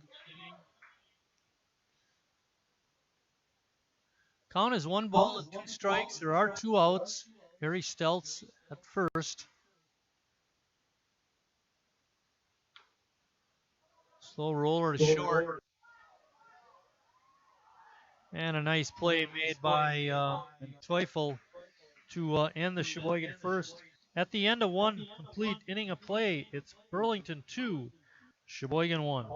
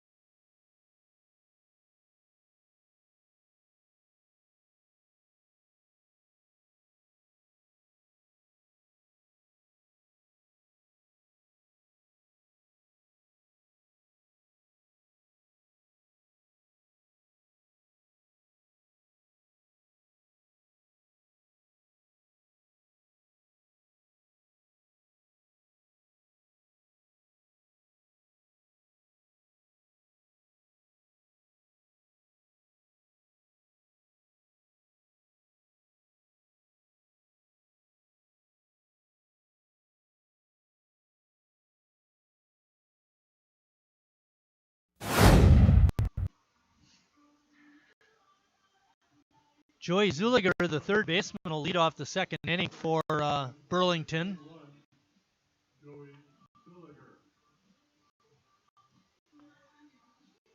Burlington came into today's games with a 13-6 record after losing game one. They're now 13-7, a game and a half out of second place in the Wisconsin State League.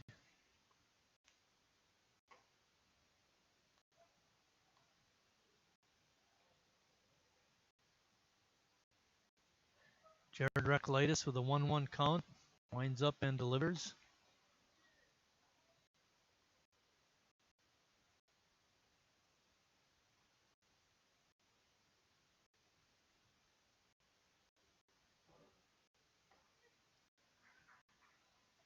Pitches in for a strike.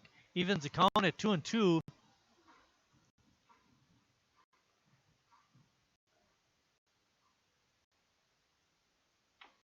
Breaking ball is hit to third. Still charges. Throws across. A good scoop made by Jurgensen. And Zuliger is out.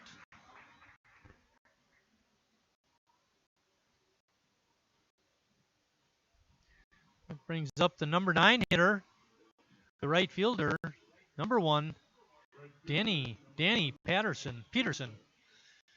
Peterson in game 1 was 0 for 2.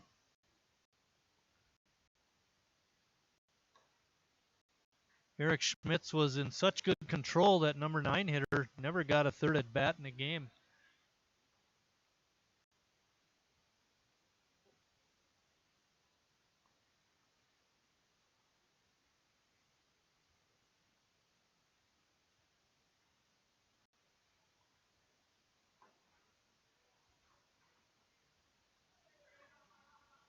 It was only in the 4th inning that Eric Schmitz allowed more than one hit in an inning, and that was the 4th. He allowed 2 hits. Peterson goes down on strikes. And that brings up Logan Pye.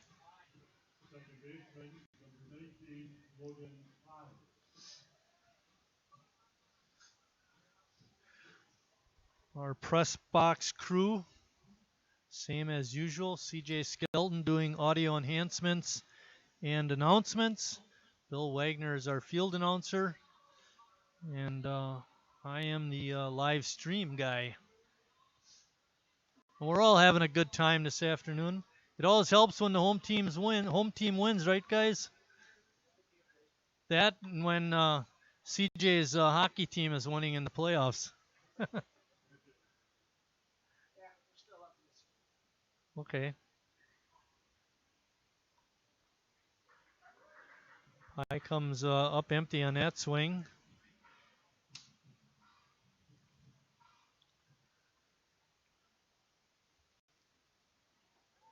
Strike 3 right down the middle. And that ends the second inning for Burlington. After an inning and a half, Burlington on top, 2-1.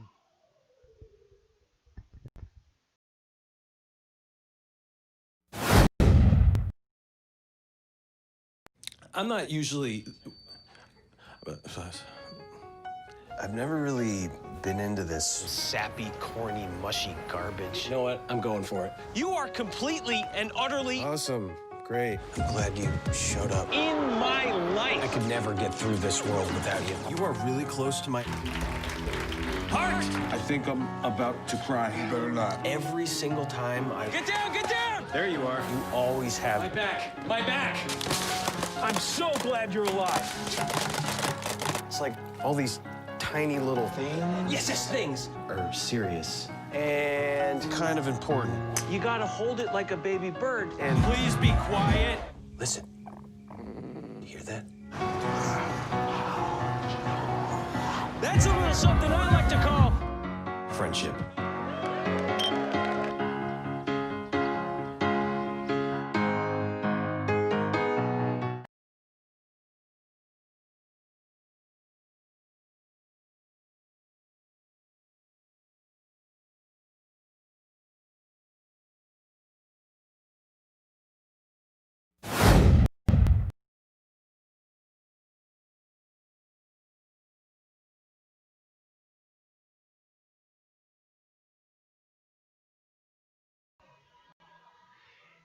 Getting ready to start the bottom of the second. Jacob Nies will lead it off.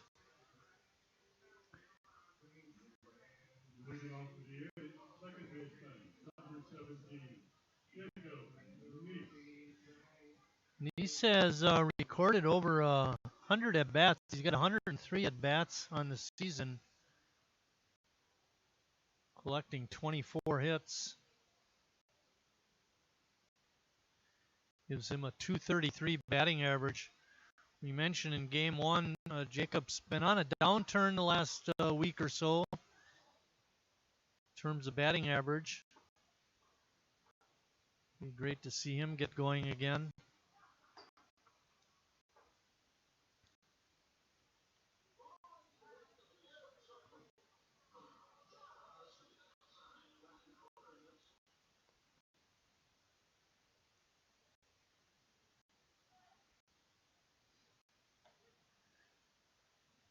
That looked like a nothing pitch. Just get it in fastball, and he did.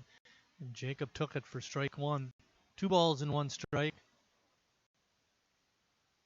CJ says, that was a fastball? Well, that one was a little faster. That evens the count at 2-2.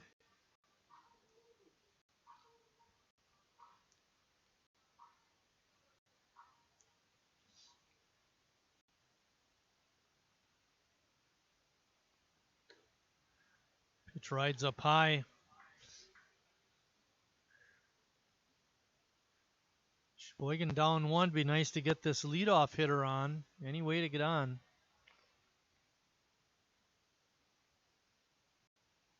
Breaking ball is in for strike 3.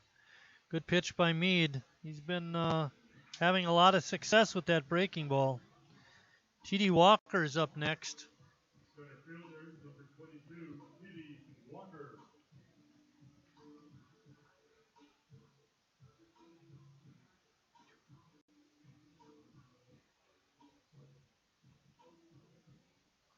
Walker hitting .256.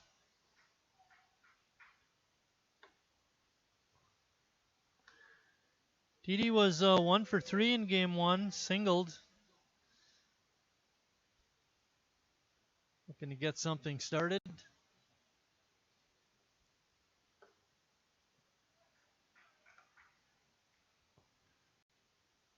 Jacoby Andreas is on deck.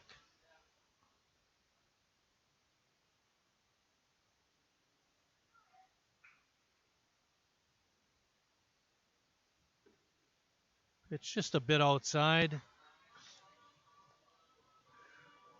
Walker displaying a good eye. Taking that ball, taking that pitch. Makes it count 3-0.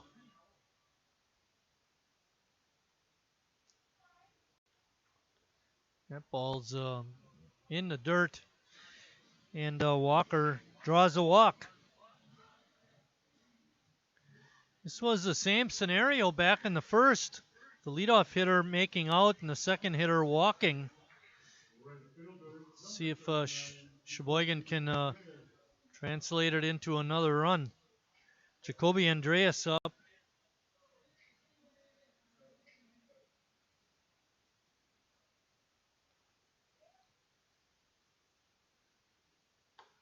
First pitch is a strike.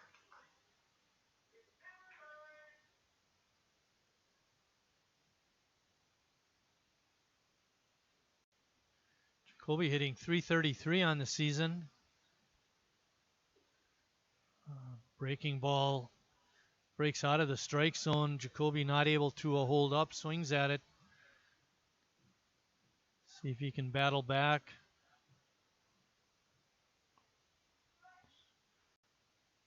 Walker edging off of first. Gordon throws down to first, but not in time. Walker able to slide back.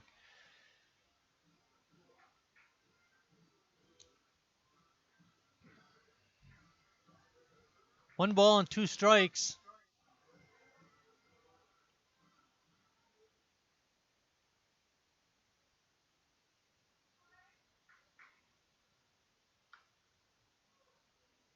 Jacoby hanging in there, fouls that pitch off. That was that good breaking ball again by Meade. Got it on the inside corner that time. Waiting on deck is Josh Gates.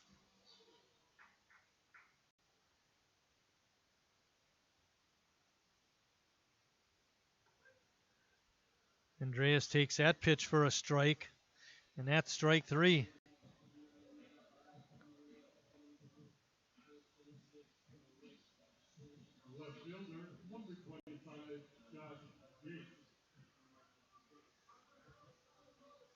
Josh playing out in right field this ball game.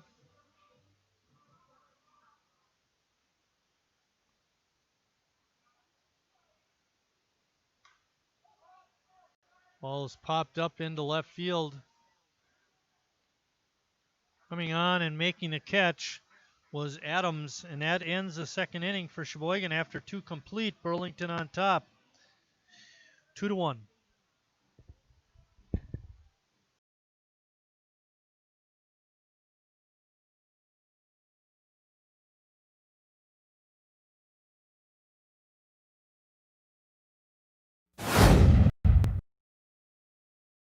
Carrier asks, what does comfort mean to you? We know it means more than just the temperature. And the people who invented modern air conditioning keep inventing new ways to make you comfortable. Carrier, turn to the experts. For your heating and cooling needs, call Advanced Comfort Systems, Sheboygan's only Carrier factory authorized dealer.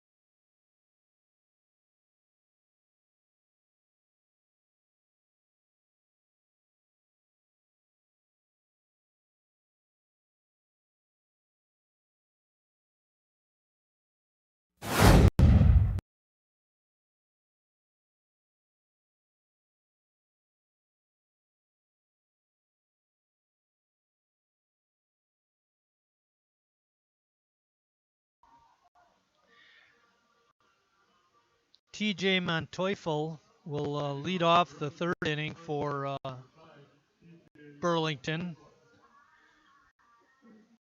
Monteufel singled and scored back in the first.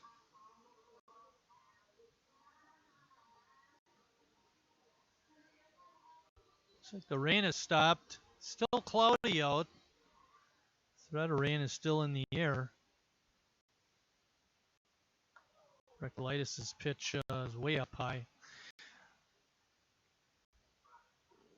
It's very calm. We mentioned the cloudiness. Bouncing ball. The Stelt, he backhands, throws across for the out. That's the Harry Stelt we know and love.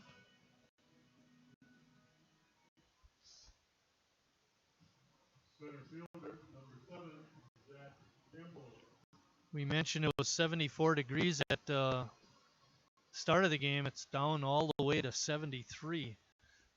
Still a beautiful night. Still a lot of time left in this ball game if you want to come out, and I don't even think they'd make you pay anymore. It's kind of the time CJ usually shows up after they're done collecting. Either that or he stay. So I was just gonna say, stay the night before the game and never leave.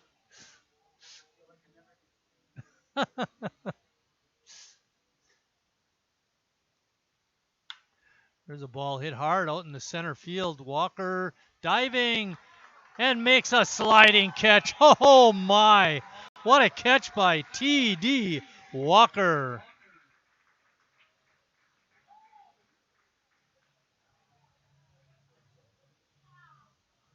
Play of the game, CJ.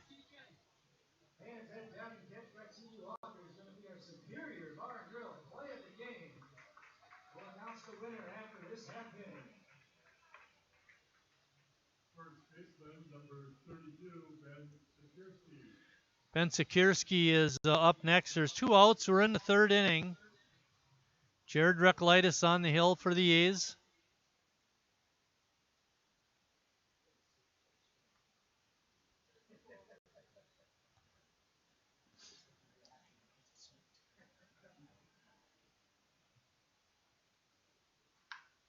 Line drive, foul down the left field side.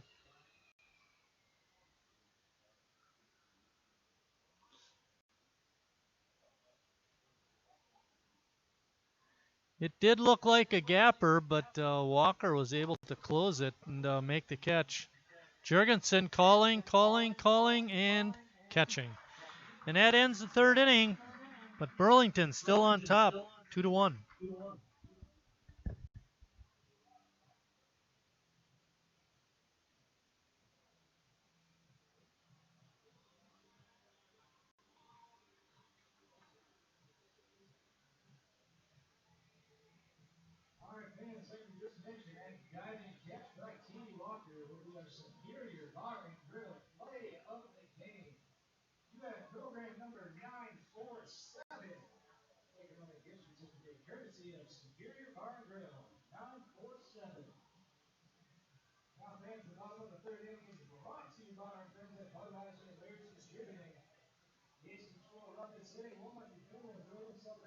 Well, Emily, you're doing a turning this summer.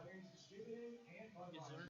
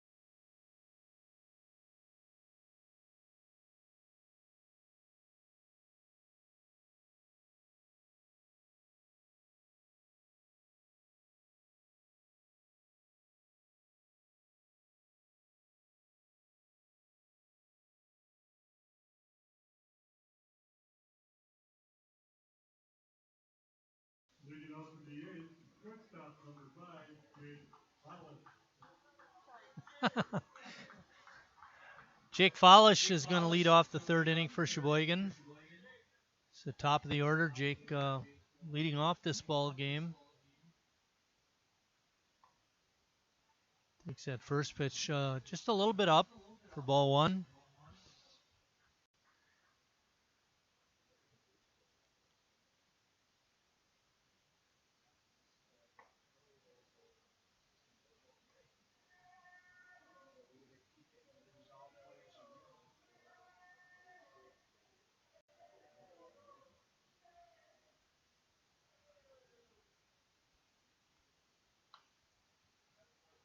CJ is mentioning that Jake Follish recently was hired by Marion College to coach baseball over there. With that being the case, it's either Jake plays for Sheboygan and none of the Marion players play here, or the Marion players play with Sheboygan and Jake cannot. It's NCAA rules prevent players and coaches playing on the same team. I think Sheboygan ran into a similar situation with David Moyer when he was the manager, and I believe he was coaching at Lakeland College at the time. And Chad Langley was manager for a little bit, and because of his association with the university, he gave up the coaching reins to Derek Lumens. It's a bit of a merry-go-round. You got to work it out so you get all your good players playing. Meade reared back and fired the fastball past Follish that time. That brings up Colin Butkevich. Butkevich walked and scored in the first.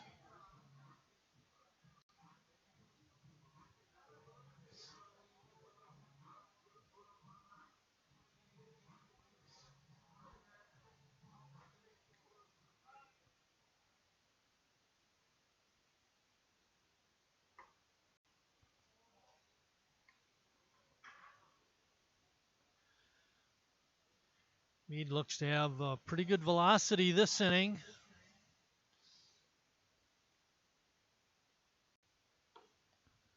Took a little bit off of that pitch, but it came in high. It's 2-0.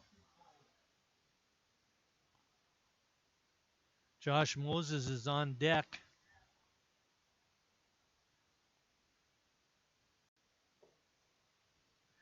Good eye by Butkevich.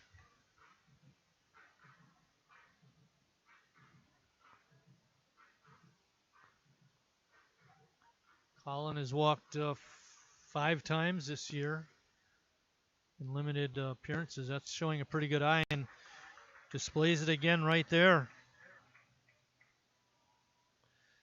The same situation has played out in each of these first 3 innings for Sheboygan. Their leadoff hitter is struck out. The next batter is walked. It worked in the first one, the batter that walked, Butkevich wound up scoring, but it didn't work in the second. Let's see if it works here again in the third. Moses up.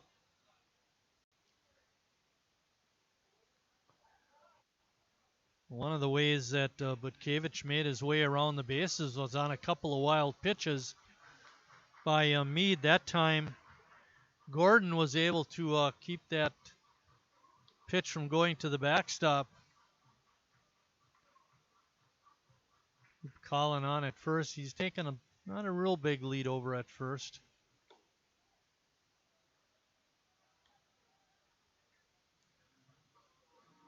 Another pitch in for a ball.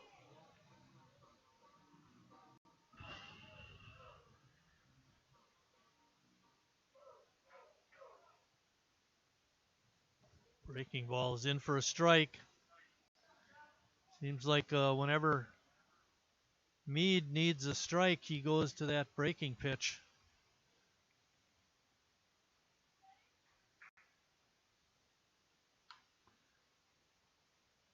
Moses fouls that offering off down the right field side.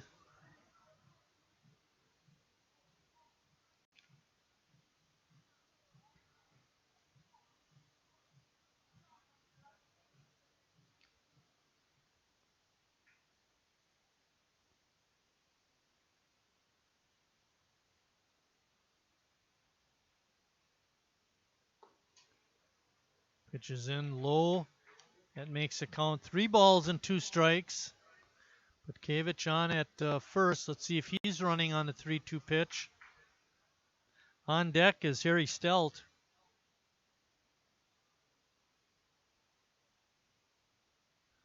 Not running, and Moses goes down on strikes.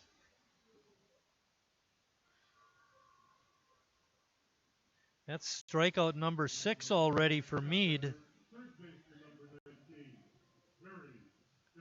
That brings up Harry Stelt. Harry singled in a run back in the first.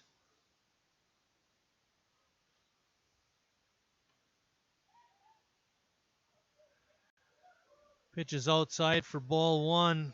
Gordon's throw to first is late. Butkevich back in sliding.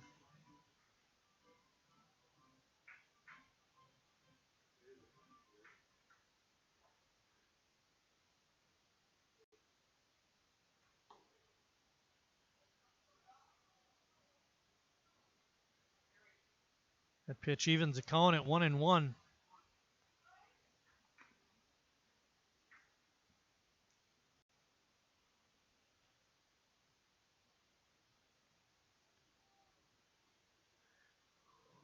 Meade doing a pretty good job of keeping the Sheboygan base runners close. Been no attempted steals so far.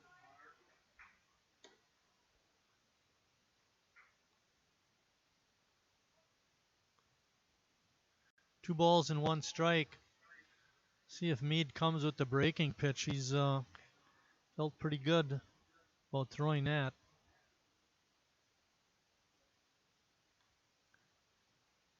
Came with the heater again.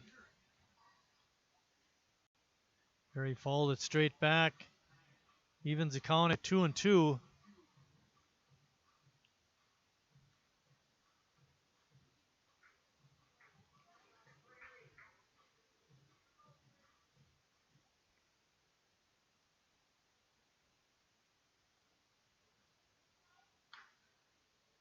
Slow roller to short.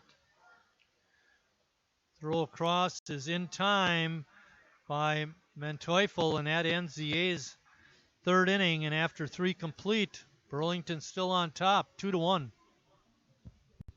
Yes.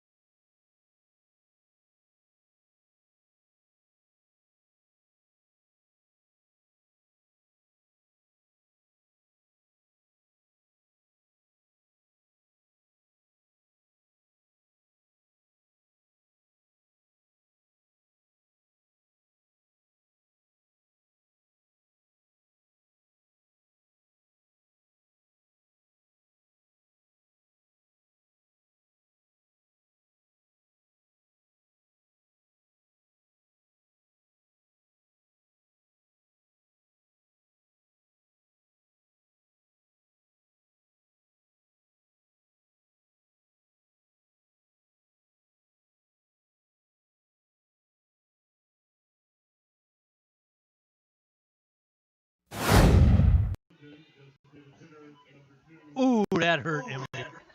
That hurt. Ben Larong lead off the inning for Burlington. He walked his first at bat this ball game. Sends a drive back out to right, but making the grab out there is Gates. 1 pitch, 1 out. And that brings up Jason Adams. He's player of the game so far for Burlington. The 2-run single in the first inning.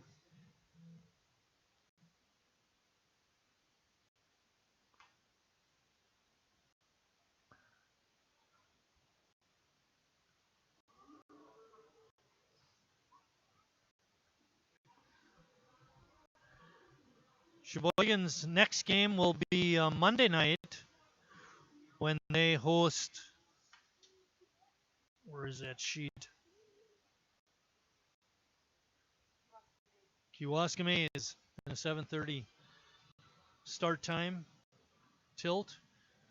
Ooh, we got to get our, maybe next inning or next half inning, we'll get our A's trivia in for this ball game.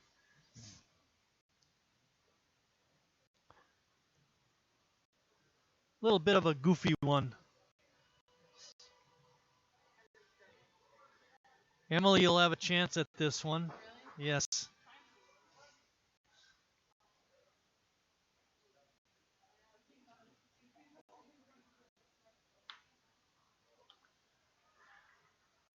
Recolytis not able to grab that shot up the middle. Adams with another hit. For the day, Adams is 3 for 5. Having quite a day for the Barons. And that brings up Joe Gordon, the catcher.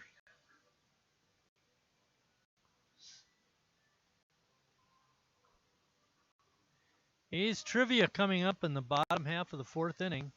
Don't be looking at the answer sheet.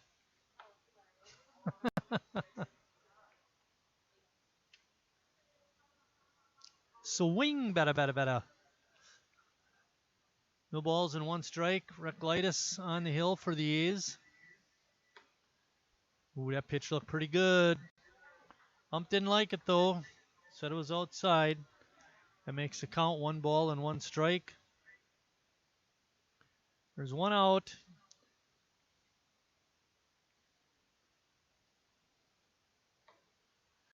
Sheboygan has definitely had their chances. They haven't been able to capitalize, however, as much as I'm sure they would like to.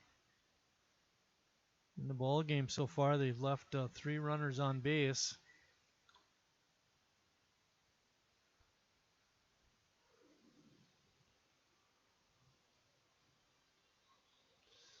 Burlington has left 2 so far.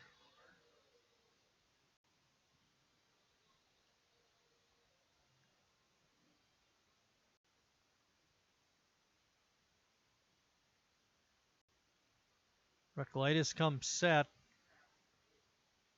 It's a 2-2 pitch. Breaking ball in there for strike 3, and Gordon knew it. He wasn't looking for that pitch. That was a great one. And that brings up Joey Zuliger. Third baseman, number 21, Joey Zuliger.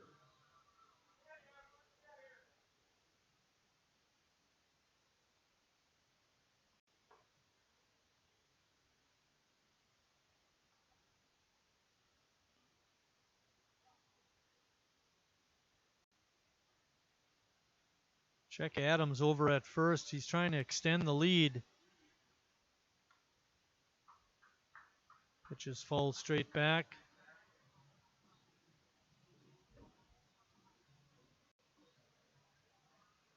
There was a Zuliger several years back that was a running back for Wisconsin. And I remember playing high school basketball against Artie Zuliger. That was from, I don't know if it was Appleton East or Appleton West. That pitch hit Zuliger, so he's going to go to first. There are 2 outs in the inning. Right fielder, number 1, Danny Peterson. That brings up the number 9 hitter, Danny Peterson.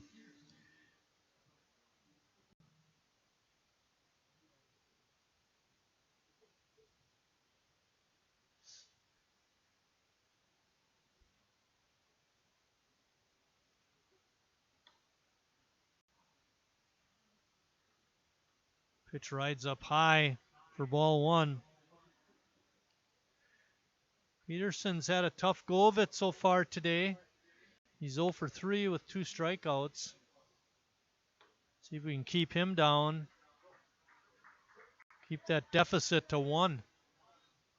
Come back in the bottom of the 4th.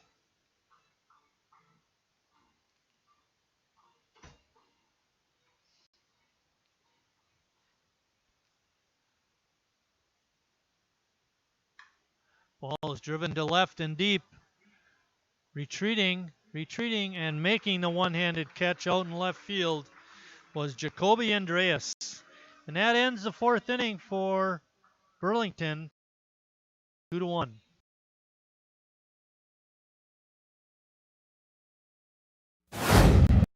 I'm not usually... I've never really been into this sappy, corny, mushy garbage. You know what? I'm going for it. You are completely and utterly... Awesome. Great. I'm glad you showed up. In my life! I could never get through this world without you. You are really close to my... heart! I think I'm about to cry. You better not. Every single time I... Get down, get down! There you are. You always have... My back, my back! I'm so glad you're alive. It's like all these tiny little things. Yes, things are serious and kind of important. You gotta hold it like a baby bird. And please be quiet. listen, you hear that? That's a little something I like to call Friendship.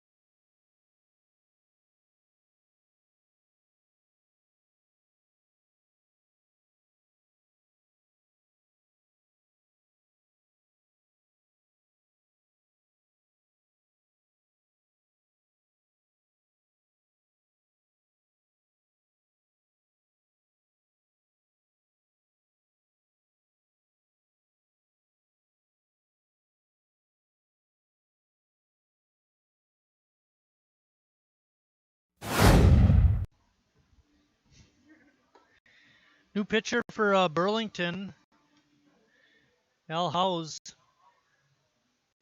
He was apparently supposed to start this ball game, but arrived late.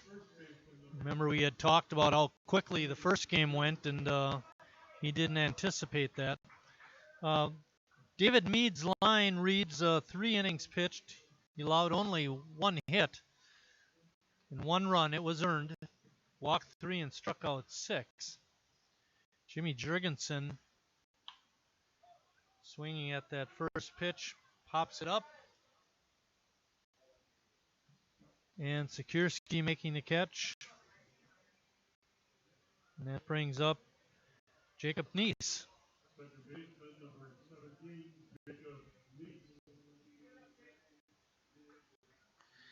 All right, let's get into that A's trivia for this game 2. Neese swings at that first pitch and fouls it back. Here's your question.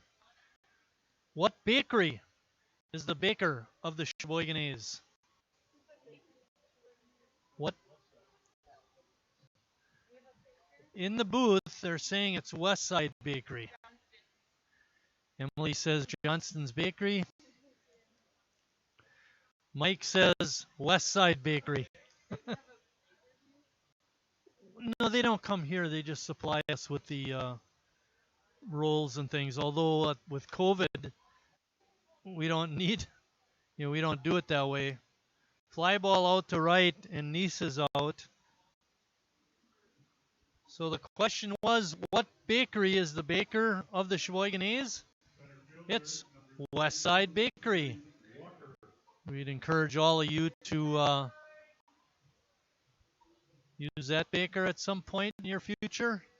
They do a great job over there on Indiana Avenue.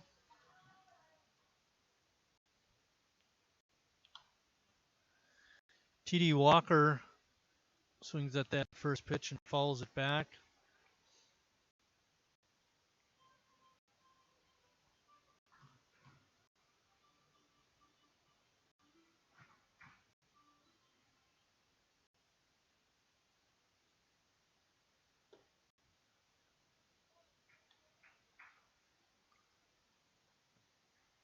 That offering is a ball. Makes the count 1-1. There are 2 outs. Meade did a good job when he was in there. The thing that stands out is he only allowed 1 hit and did have 6 strikeouts.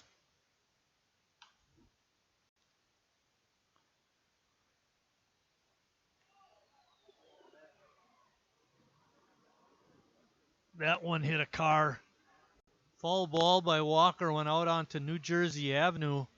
There's quite a few cars out on New Jersey today. Their softball side is having a tournament, and there's a lot of cars out there, and that foul ball happened to hit one of them. Oops. Like Bill says, oops. Walker draws a 2-out walk. That brings up Jacoby Andreas. Interesting set of circumstances. Walker's got good speed. He does have some stolen bases on the year. Line drive, base hit by Andreas. Walker is going to have to hold at second. Jacoby not wasting any time getting his base hit, and that brings up Josh Gates.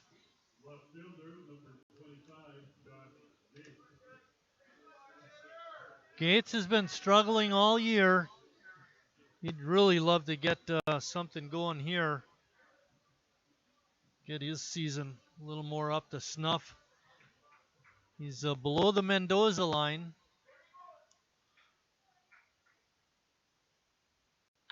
Line drive, foul. Down the left field side. He hit it hard, but foul. That's what we're talking about. Straighten that one out. Hit a gap.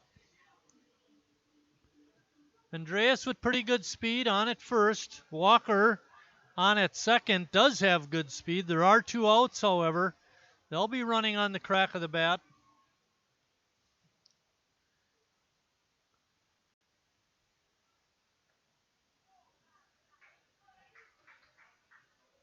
Gates was a 300 hitter last year, hitting 302, so you know he's got it in him. Just having a tough year so far. Pitch is up high by House. Makes the count 2 balls and 1 strike. Jake Follish is on deck, the leadoff hitter.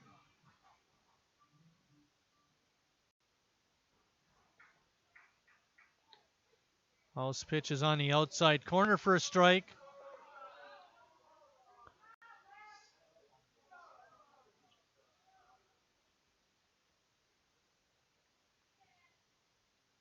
That strike evens the count at 2-2 with 2 outs and 2 on. Gates reaches out, pokes it down the right field side. Fair ball! 1 run is in. And they're going to hold Andreas at third. Hey, a bloop single will do it. It ties up the ball game.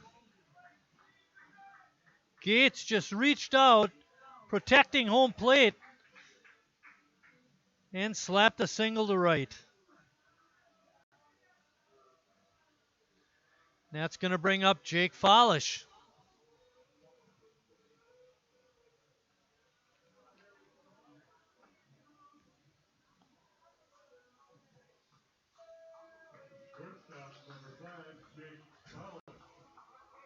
Runners on the corners.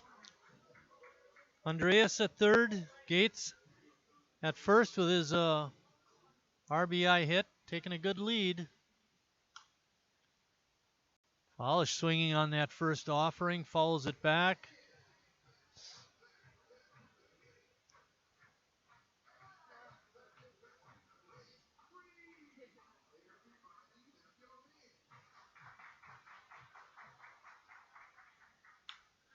Slow roller to third. Nice play made over there by Zuliger and fires across for the out, but not before. Sheboygan ties up the ball game at the end of 4 complete. We're all tied at 2.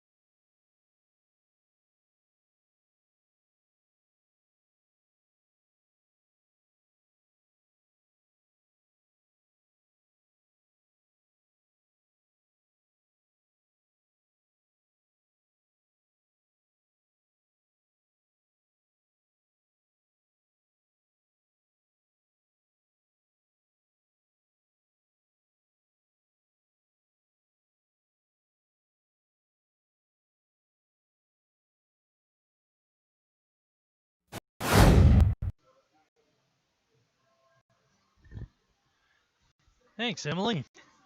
You're the best. I don't care what anybody says. We do have the official attendance brought to you by Emily Bringer. 180, and you know, we commented throughout game 1 and even a little bit at the beginning of game 2. It looked like a pretty nice crowd, but we're surprised at 180. I think the games we've done, CJ, is this the largest crowd this year? COVID has cut back on the attendance quite a bit, but 180 people on a Saturday afternoon is a good crowd. And leading off the top of the 5th, Logan Pye singles out to left field.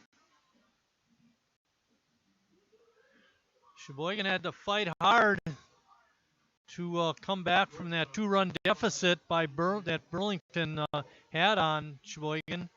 And now that it is tied, they get their leadoff man on in the 5th. TJ Teufel is up. He singled and scored in the 1st and grounded out in the 3rd.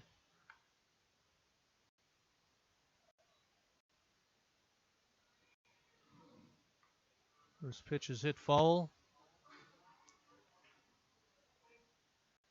We have smoke signals out in right center field.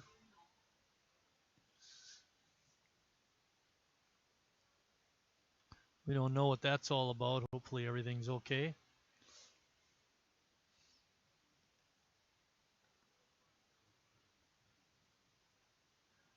Charlie Johnson frying Johnsonville brats.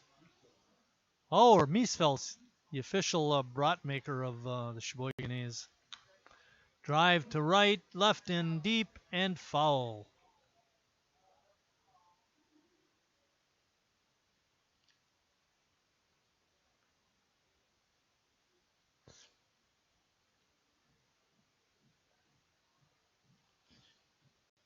No balls and 2 strikes on the hitter Monteufel.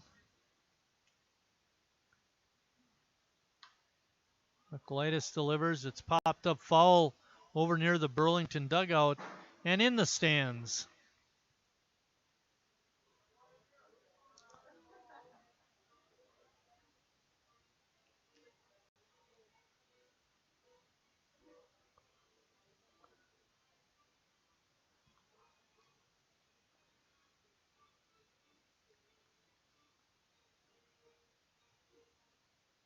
Pye getting a little bit more of a lead. Now Nicolaitis recognizes that and drives them back to the base.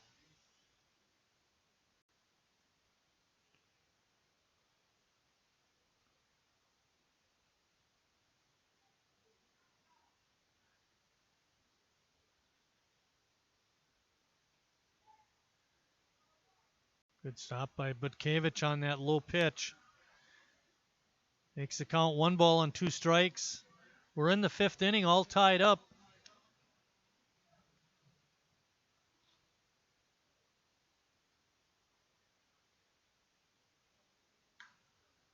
Another drive to left and deep, but foul.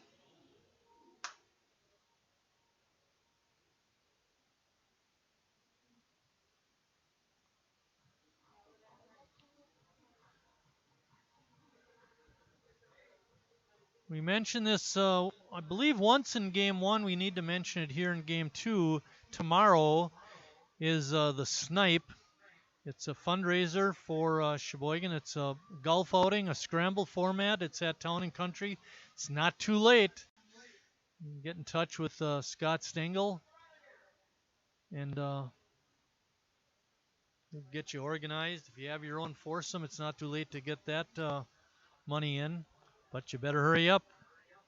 Starting time is 10 o'clock tomorrow morning. The Snipe.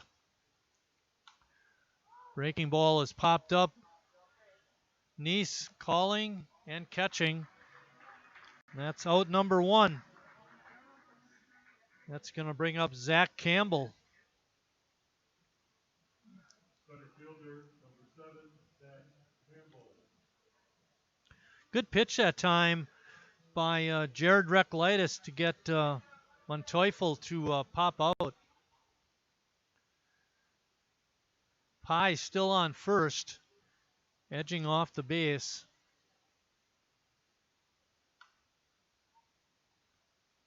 Campbell swinging at that first pitch, fouls it off. Our next live stream game will be on Monday when the A's host the Kewaskum A's in a 7:30 tilt.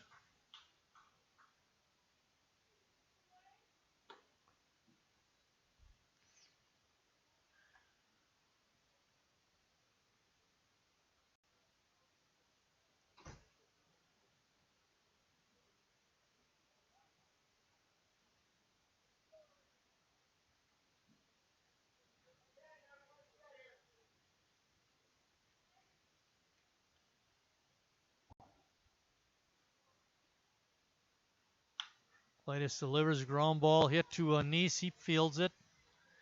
Gets it over to Jurgensen for out number 2, but it does advance Pye to second base.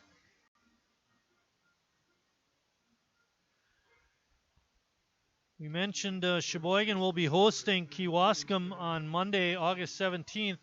They'll be hosting Menasha on Tuesday.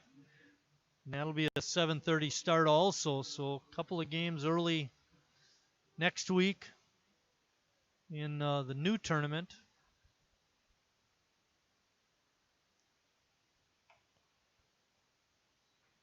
This pitch is outside. There's 2 outs now. We're in the 5th. All tied up at 2.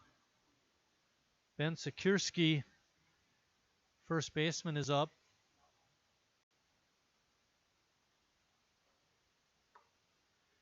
Tried to check his swing, but couldn't.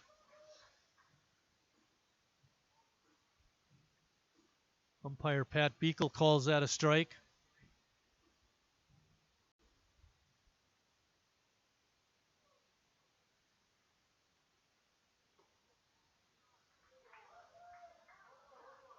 Next pitch is a strike also. Recolytis 1 pitch away from getting out of this inning. Knock on wood, Emily says, or vinyl.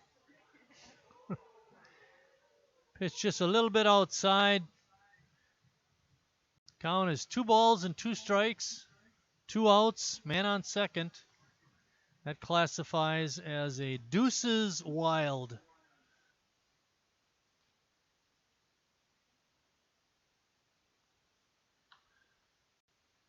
Recolytis trying to get the heater past Sikierski, but Sikierski able to foul it off.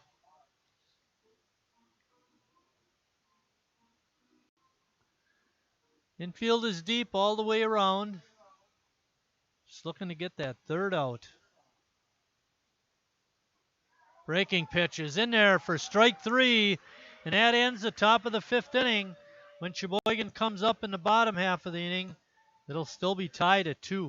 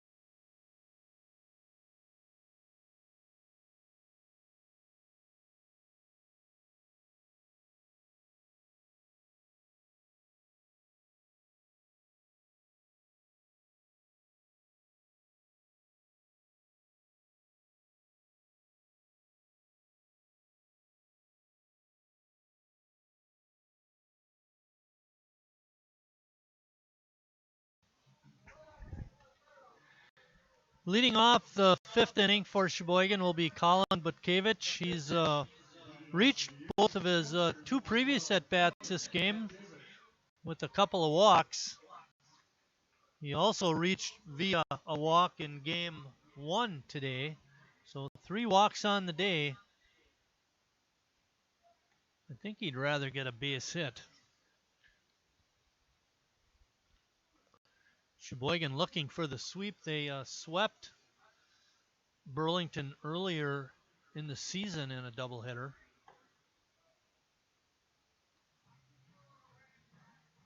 A win in this game would solidify Sheboygan's position in the standings, they would eliminate Burlington from second place.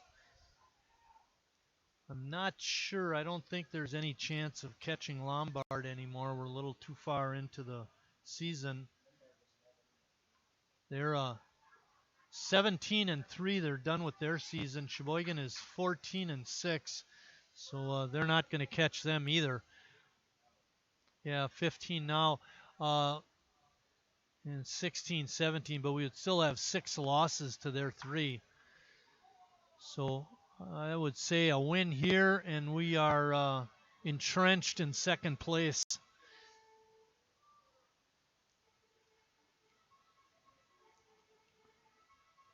That ball was struck so hard, the umpire wants to take a look at it.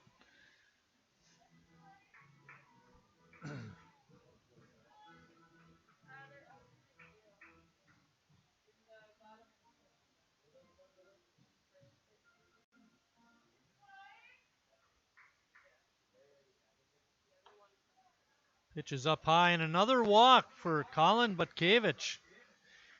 He's been the walk man. That brings up Josh Moses. Hitter number 7, Josh Moses. Moses wants to get on track. He was 2 for 3 in game 1. He's 0 for 2 so far in this ball game. First pitch swinging, follows it back.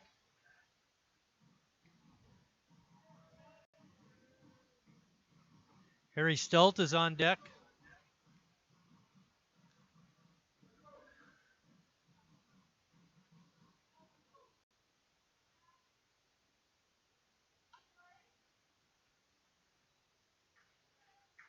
Another foul ball.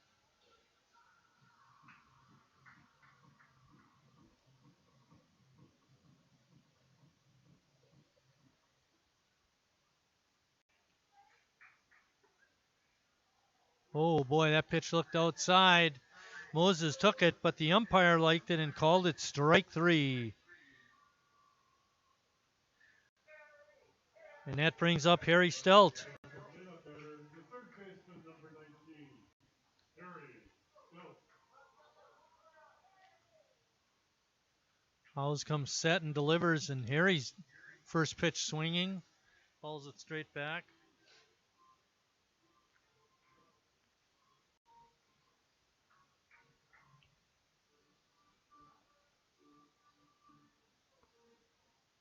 Butkevich still on first. Their breaking pitch is in for a strike.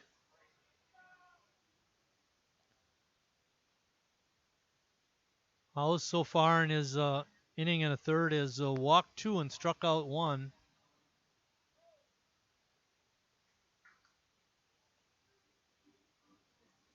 Also given up a couple of hits. Back in the 4th inning when Sheboygan scored their second run, everything happened with 2 outs.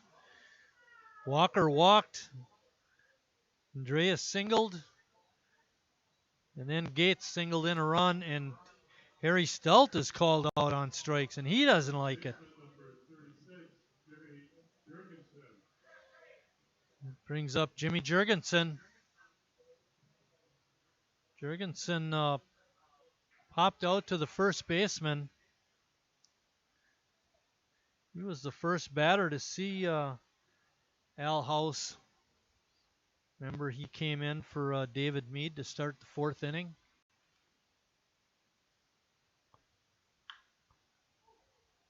Ball was hit hard, but fouled down the right field side.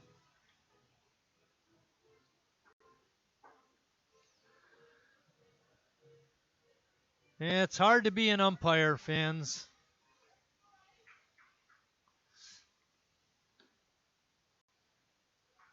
The home team doesn't like you. The visitors don't like you. The press box doesn't have much use for you. And your wife's at home and she doesn't care. She's glad you're gone. Jurgensen falls at on the third base side. Going over and not having a play on it was Zuliger.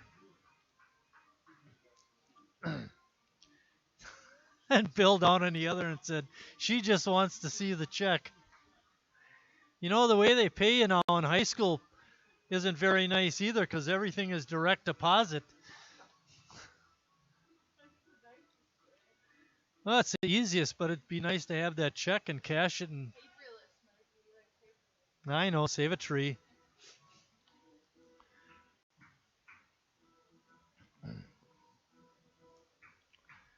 And then if you have a partner that doesn't support you, now you're really in trouble. And that happens once in a while.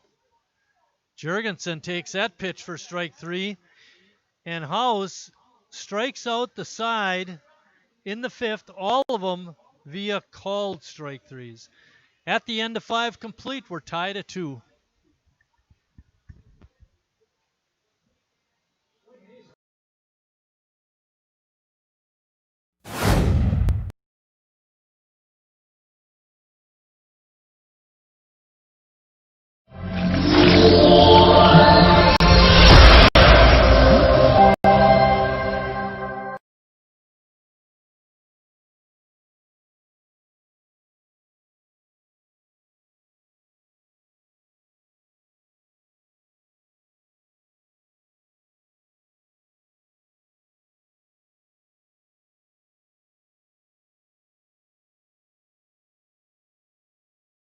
Carrier asks, what does comfort mean to you? We know it means more than just the temperature. And the people who invented modern air conditioning keep inventing new ways to make you comfortable. Carrier, turn to the experts. For your heating and cooling needs, call Advanced Comfort Systems, Sheboygan's only Carrier.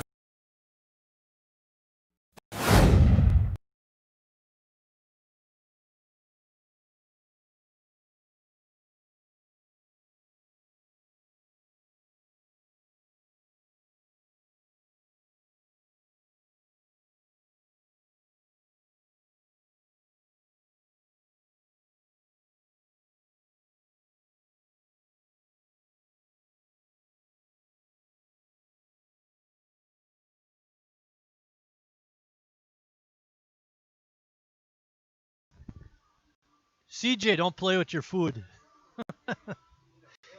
He's catching M&Ms, peanut M&Ms. It's hard on the teeth.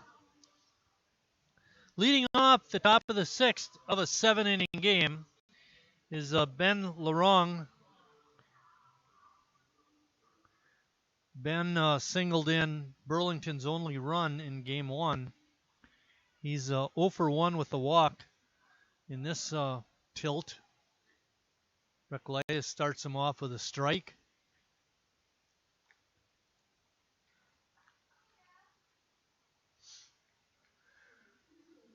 We mentioned some scheduling for the Sheboygan A's club. Tomorrow is the Snipe. And then they have home games on Monday and Tuesday in the NEW tournament. And then their final home game of the year will be on Friday when they host Greater Green Bay. And going down on a called strike is Ben Larong. Left fielder, number 15, Jason Adams. Oh, strikeout number 6 for Jared Recolaitis.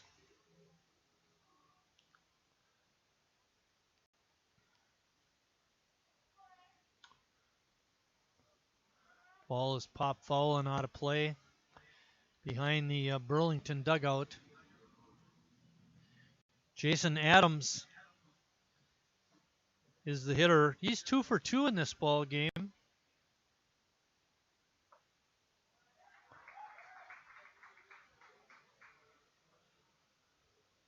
Recolaitis just pouring in the strikes, one after another.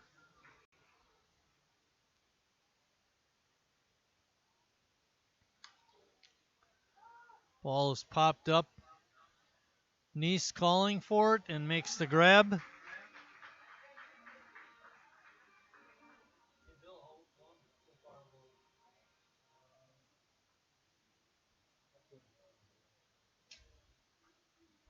Not quite an hour and a half into this ball game, so moving along pretty good. Emily's very happy about that. She told me before the games that she had things to do and people to see, and I was not one of them.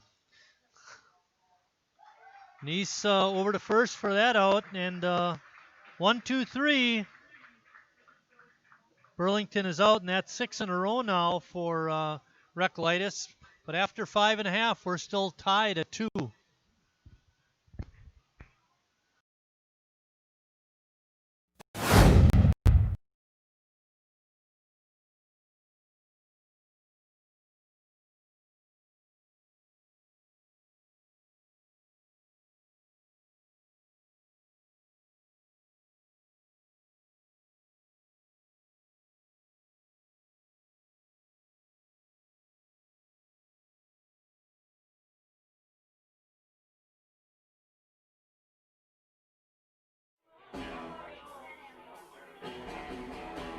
All right, guys, we got teriyaki, honey barbecue, and mild. Enjoy.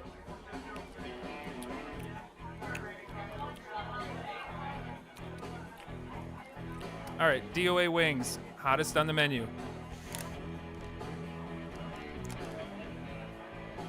You got a problem?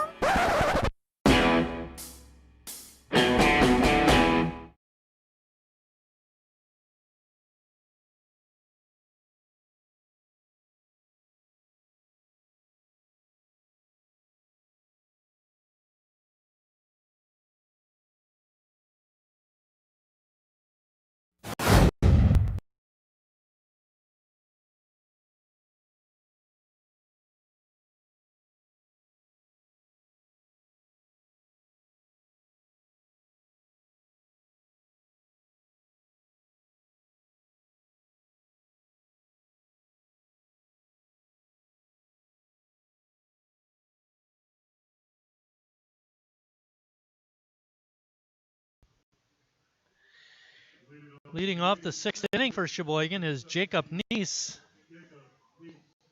Neese is at second base again this ball game. He was at second in the last game too. Did a nice job. Looking for his first hit of the day. Mentioned on and off. Jacob's in a bit of a slump, and he taps that one back to the mound. Easy out. That brings up T.D. Walker. Walker has walked both times in this ball game and scored a run, the tying run actually, in the 4th inning.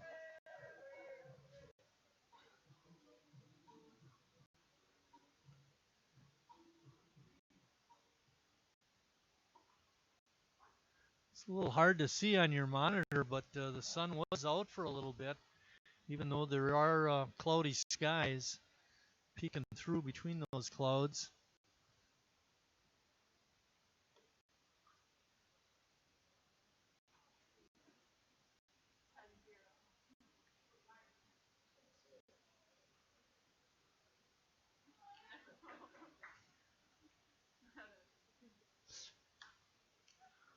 Walker hits that one up in the air to center field.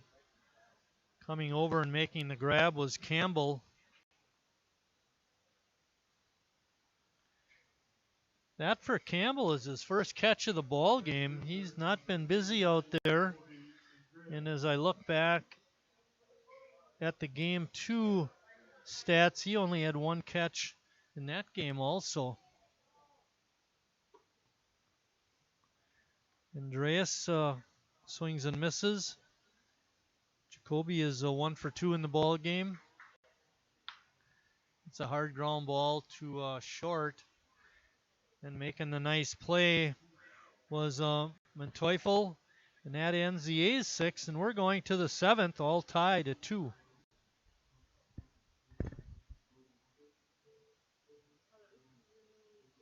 That was very quick.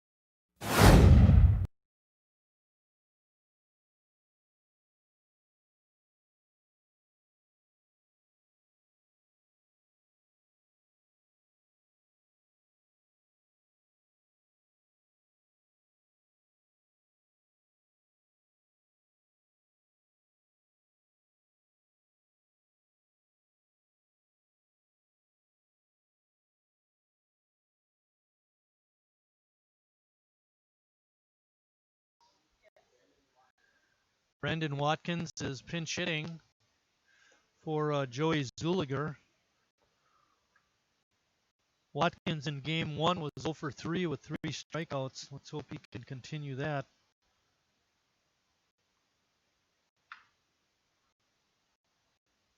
Allowed foul.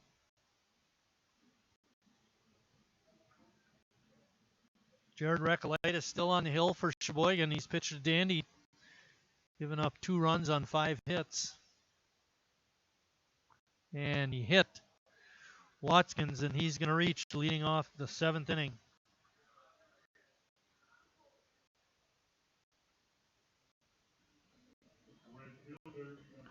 It brings up Danny Peterson.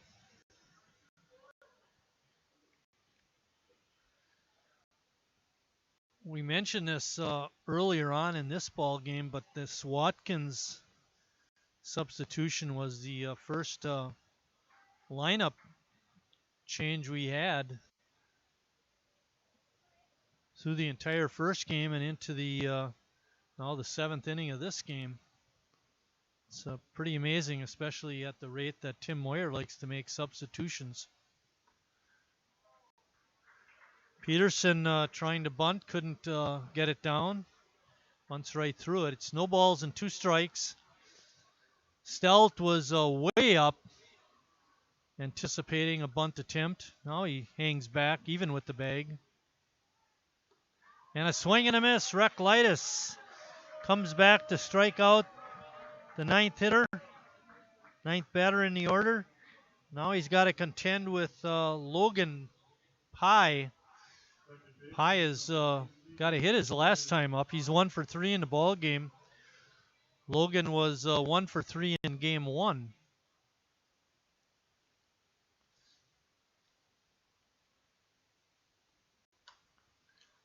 First pitch is fouled off.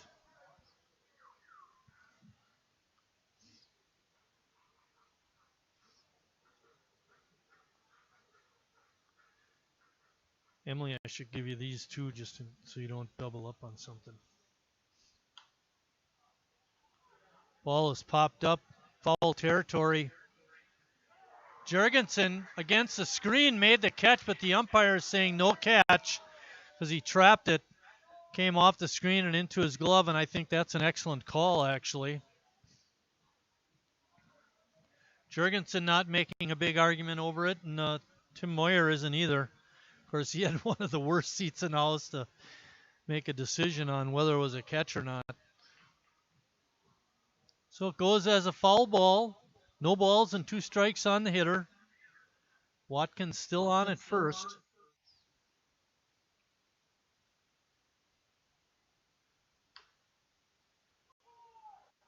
That's going to go as a base hit. There's nothing they can do about it. Let it roll, and it stays in fair territory.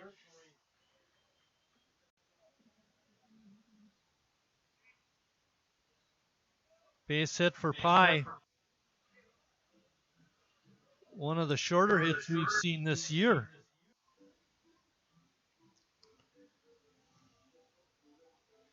And Recollite says, what in the world do I got to do to get these guys out?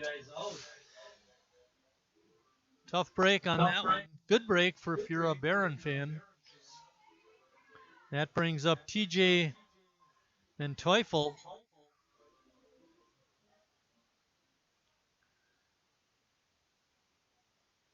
Recollite comes set. Ball straight back off the mask of Colin Butkevich.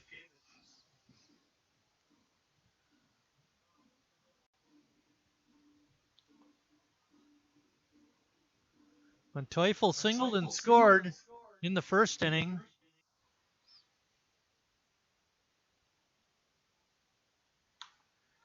It's a roller over to Stealth. He fires the second for 1. And that's all they'll get, but that's out number 2. So Pye is out at second, 5-4. Watkins advances the third, and Teufel reaches on a fielder's choice. That brings up the number 3 hitter, Zach Campbell. Campbell was 1 for 3 and scored a run in game 1. He's 1 for 3 in this ball game and has scored a run. It's a dangerous hitter. Bouncing ball through the hole at second, and that's going to score a run. And going all the way to third is Menteufel. First ball hitting on the steal attempt. Nice would not have gotten to that ball anyway. I mean, it was through for a hit. But it did open up the right side of the infield and allowed Menteufel to go to third. Campbell's on at first with his base hit, RBI hit, I might add. And now Burlington's up 3-2. Still 2 outs.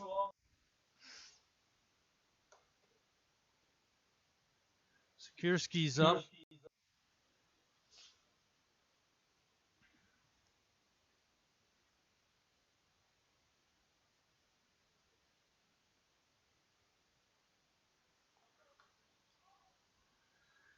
Campbell running on the pitch, but it is fouled off. He'll have to go back.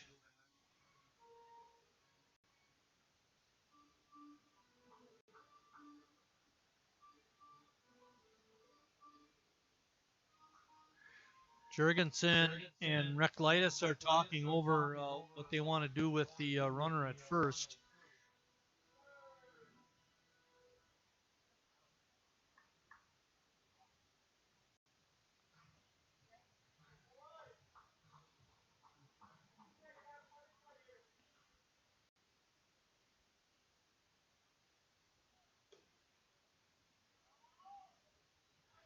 Campbell's going to get a stolen base. Good decision by Butkevich not to throw down. There are 2 outs.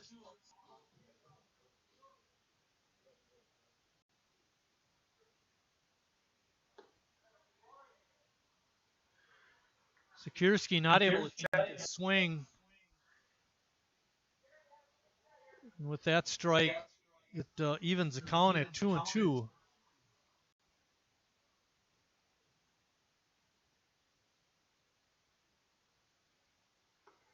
Reklitis strikes out Sikierski, but Burlington scores a run, and they lead it going into the bottom of the 7th, 3-2.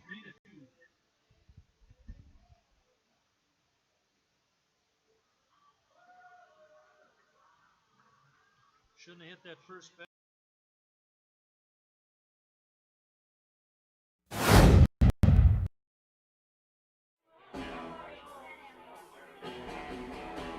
All right, guys, we got teriyaki, honey barbecue, and mild. Enjoy.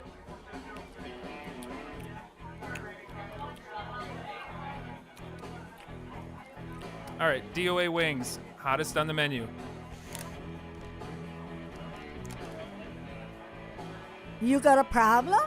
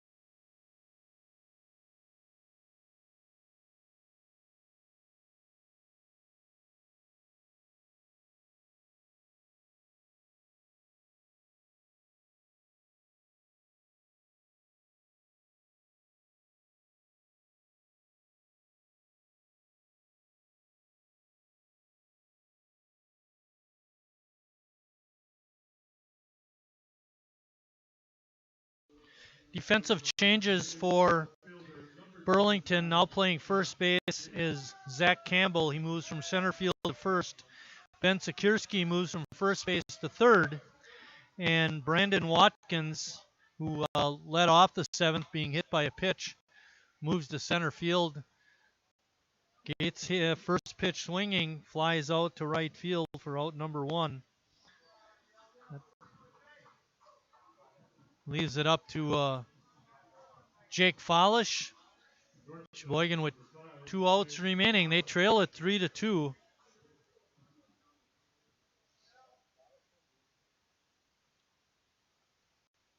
Pitch in the dirt for ball 1.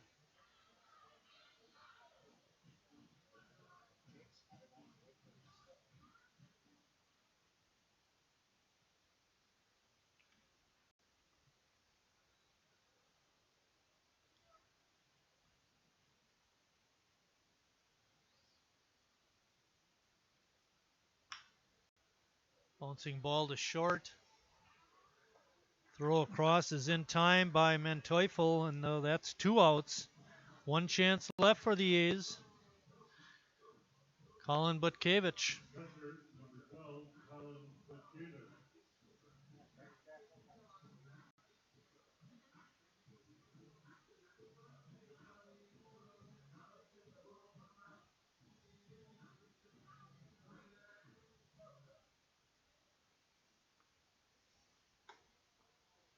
First pitch is outside for a ball.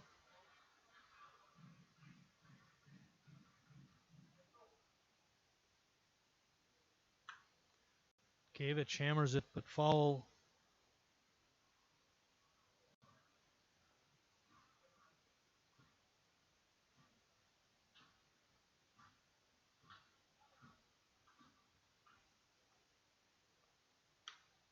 Drive to the gap in left center field, but coming over and making the catch is Adams, and that ends game number 2.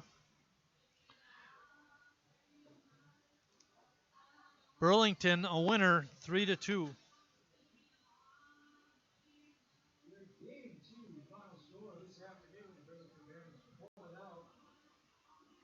Final line score: Burlington 3 runs, 7 hits, and no errors. Sheboygan 2 runs, 3 hits, and no errors.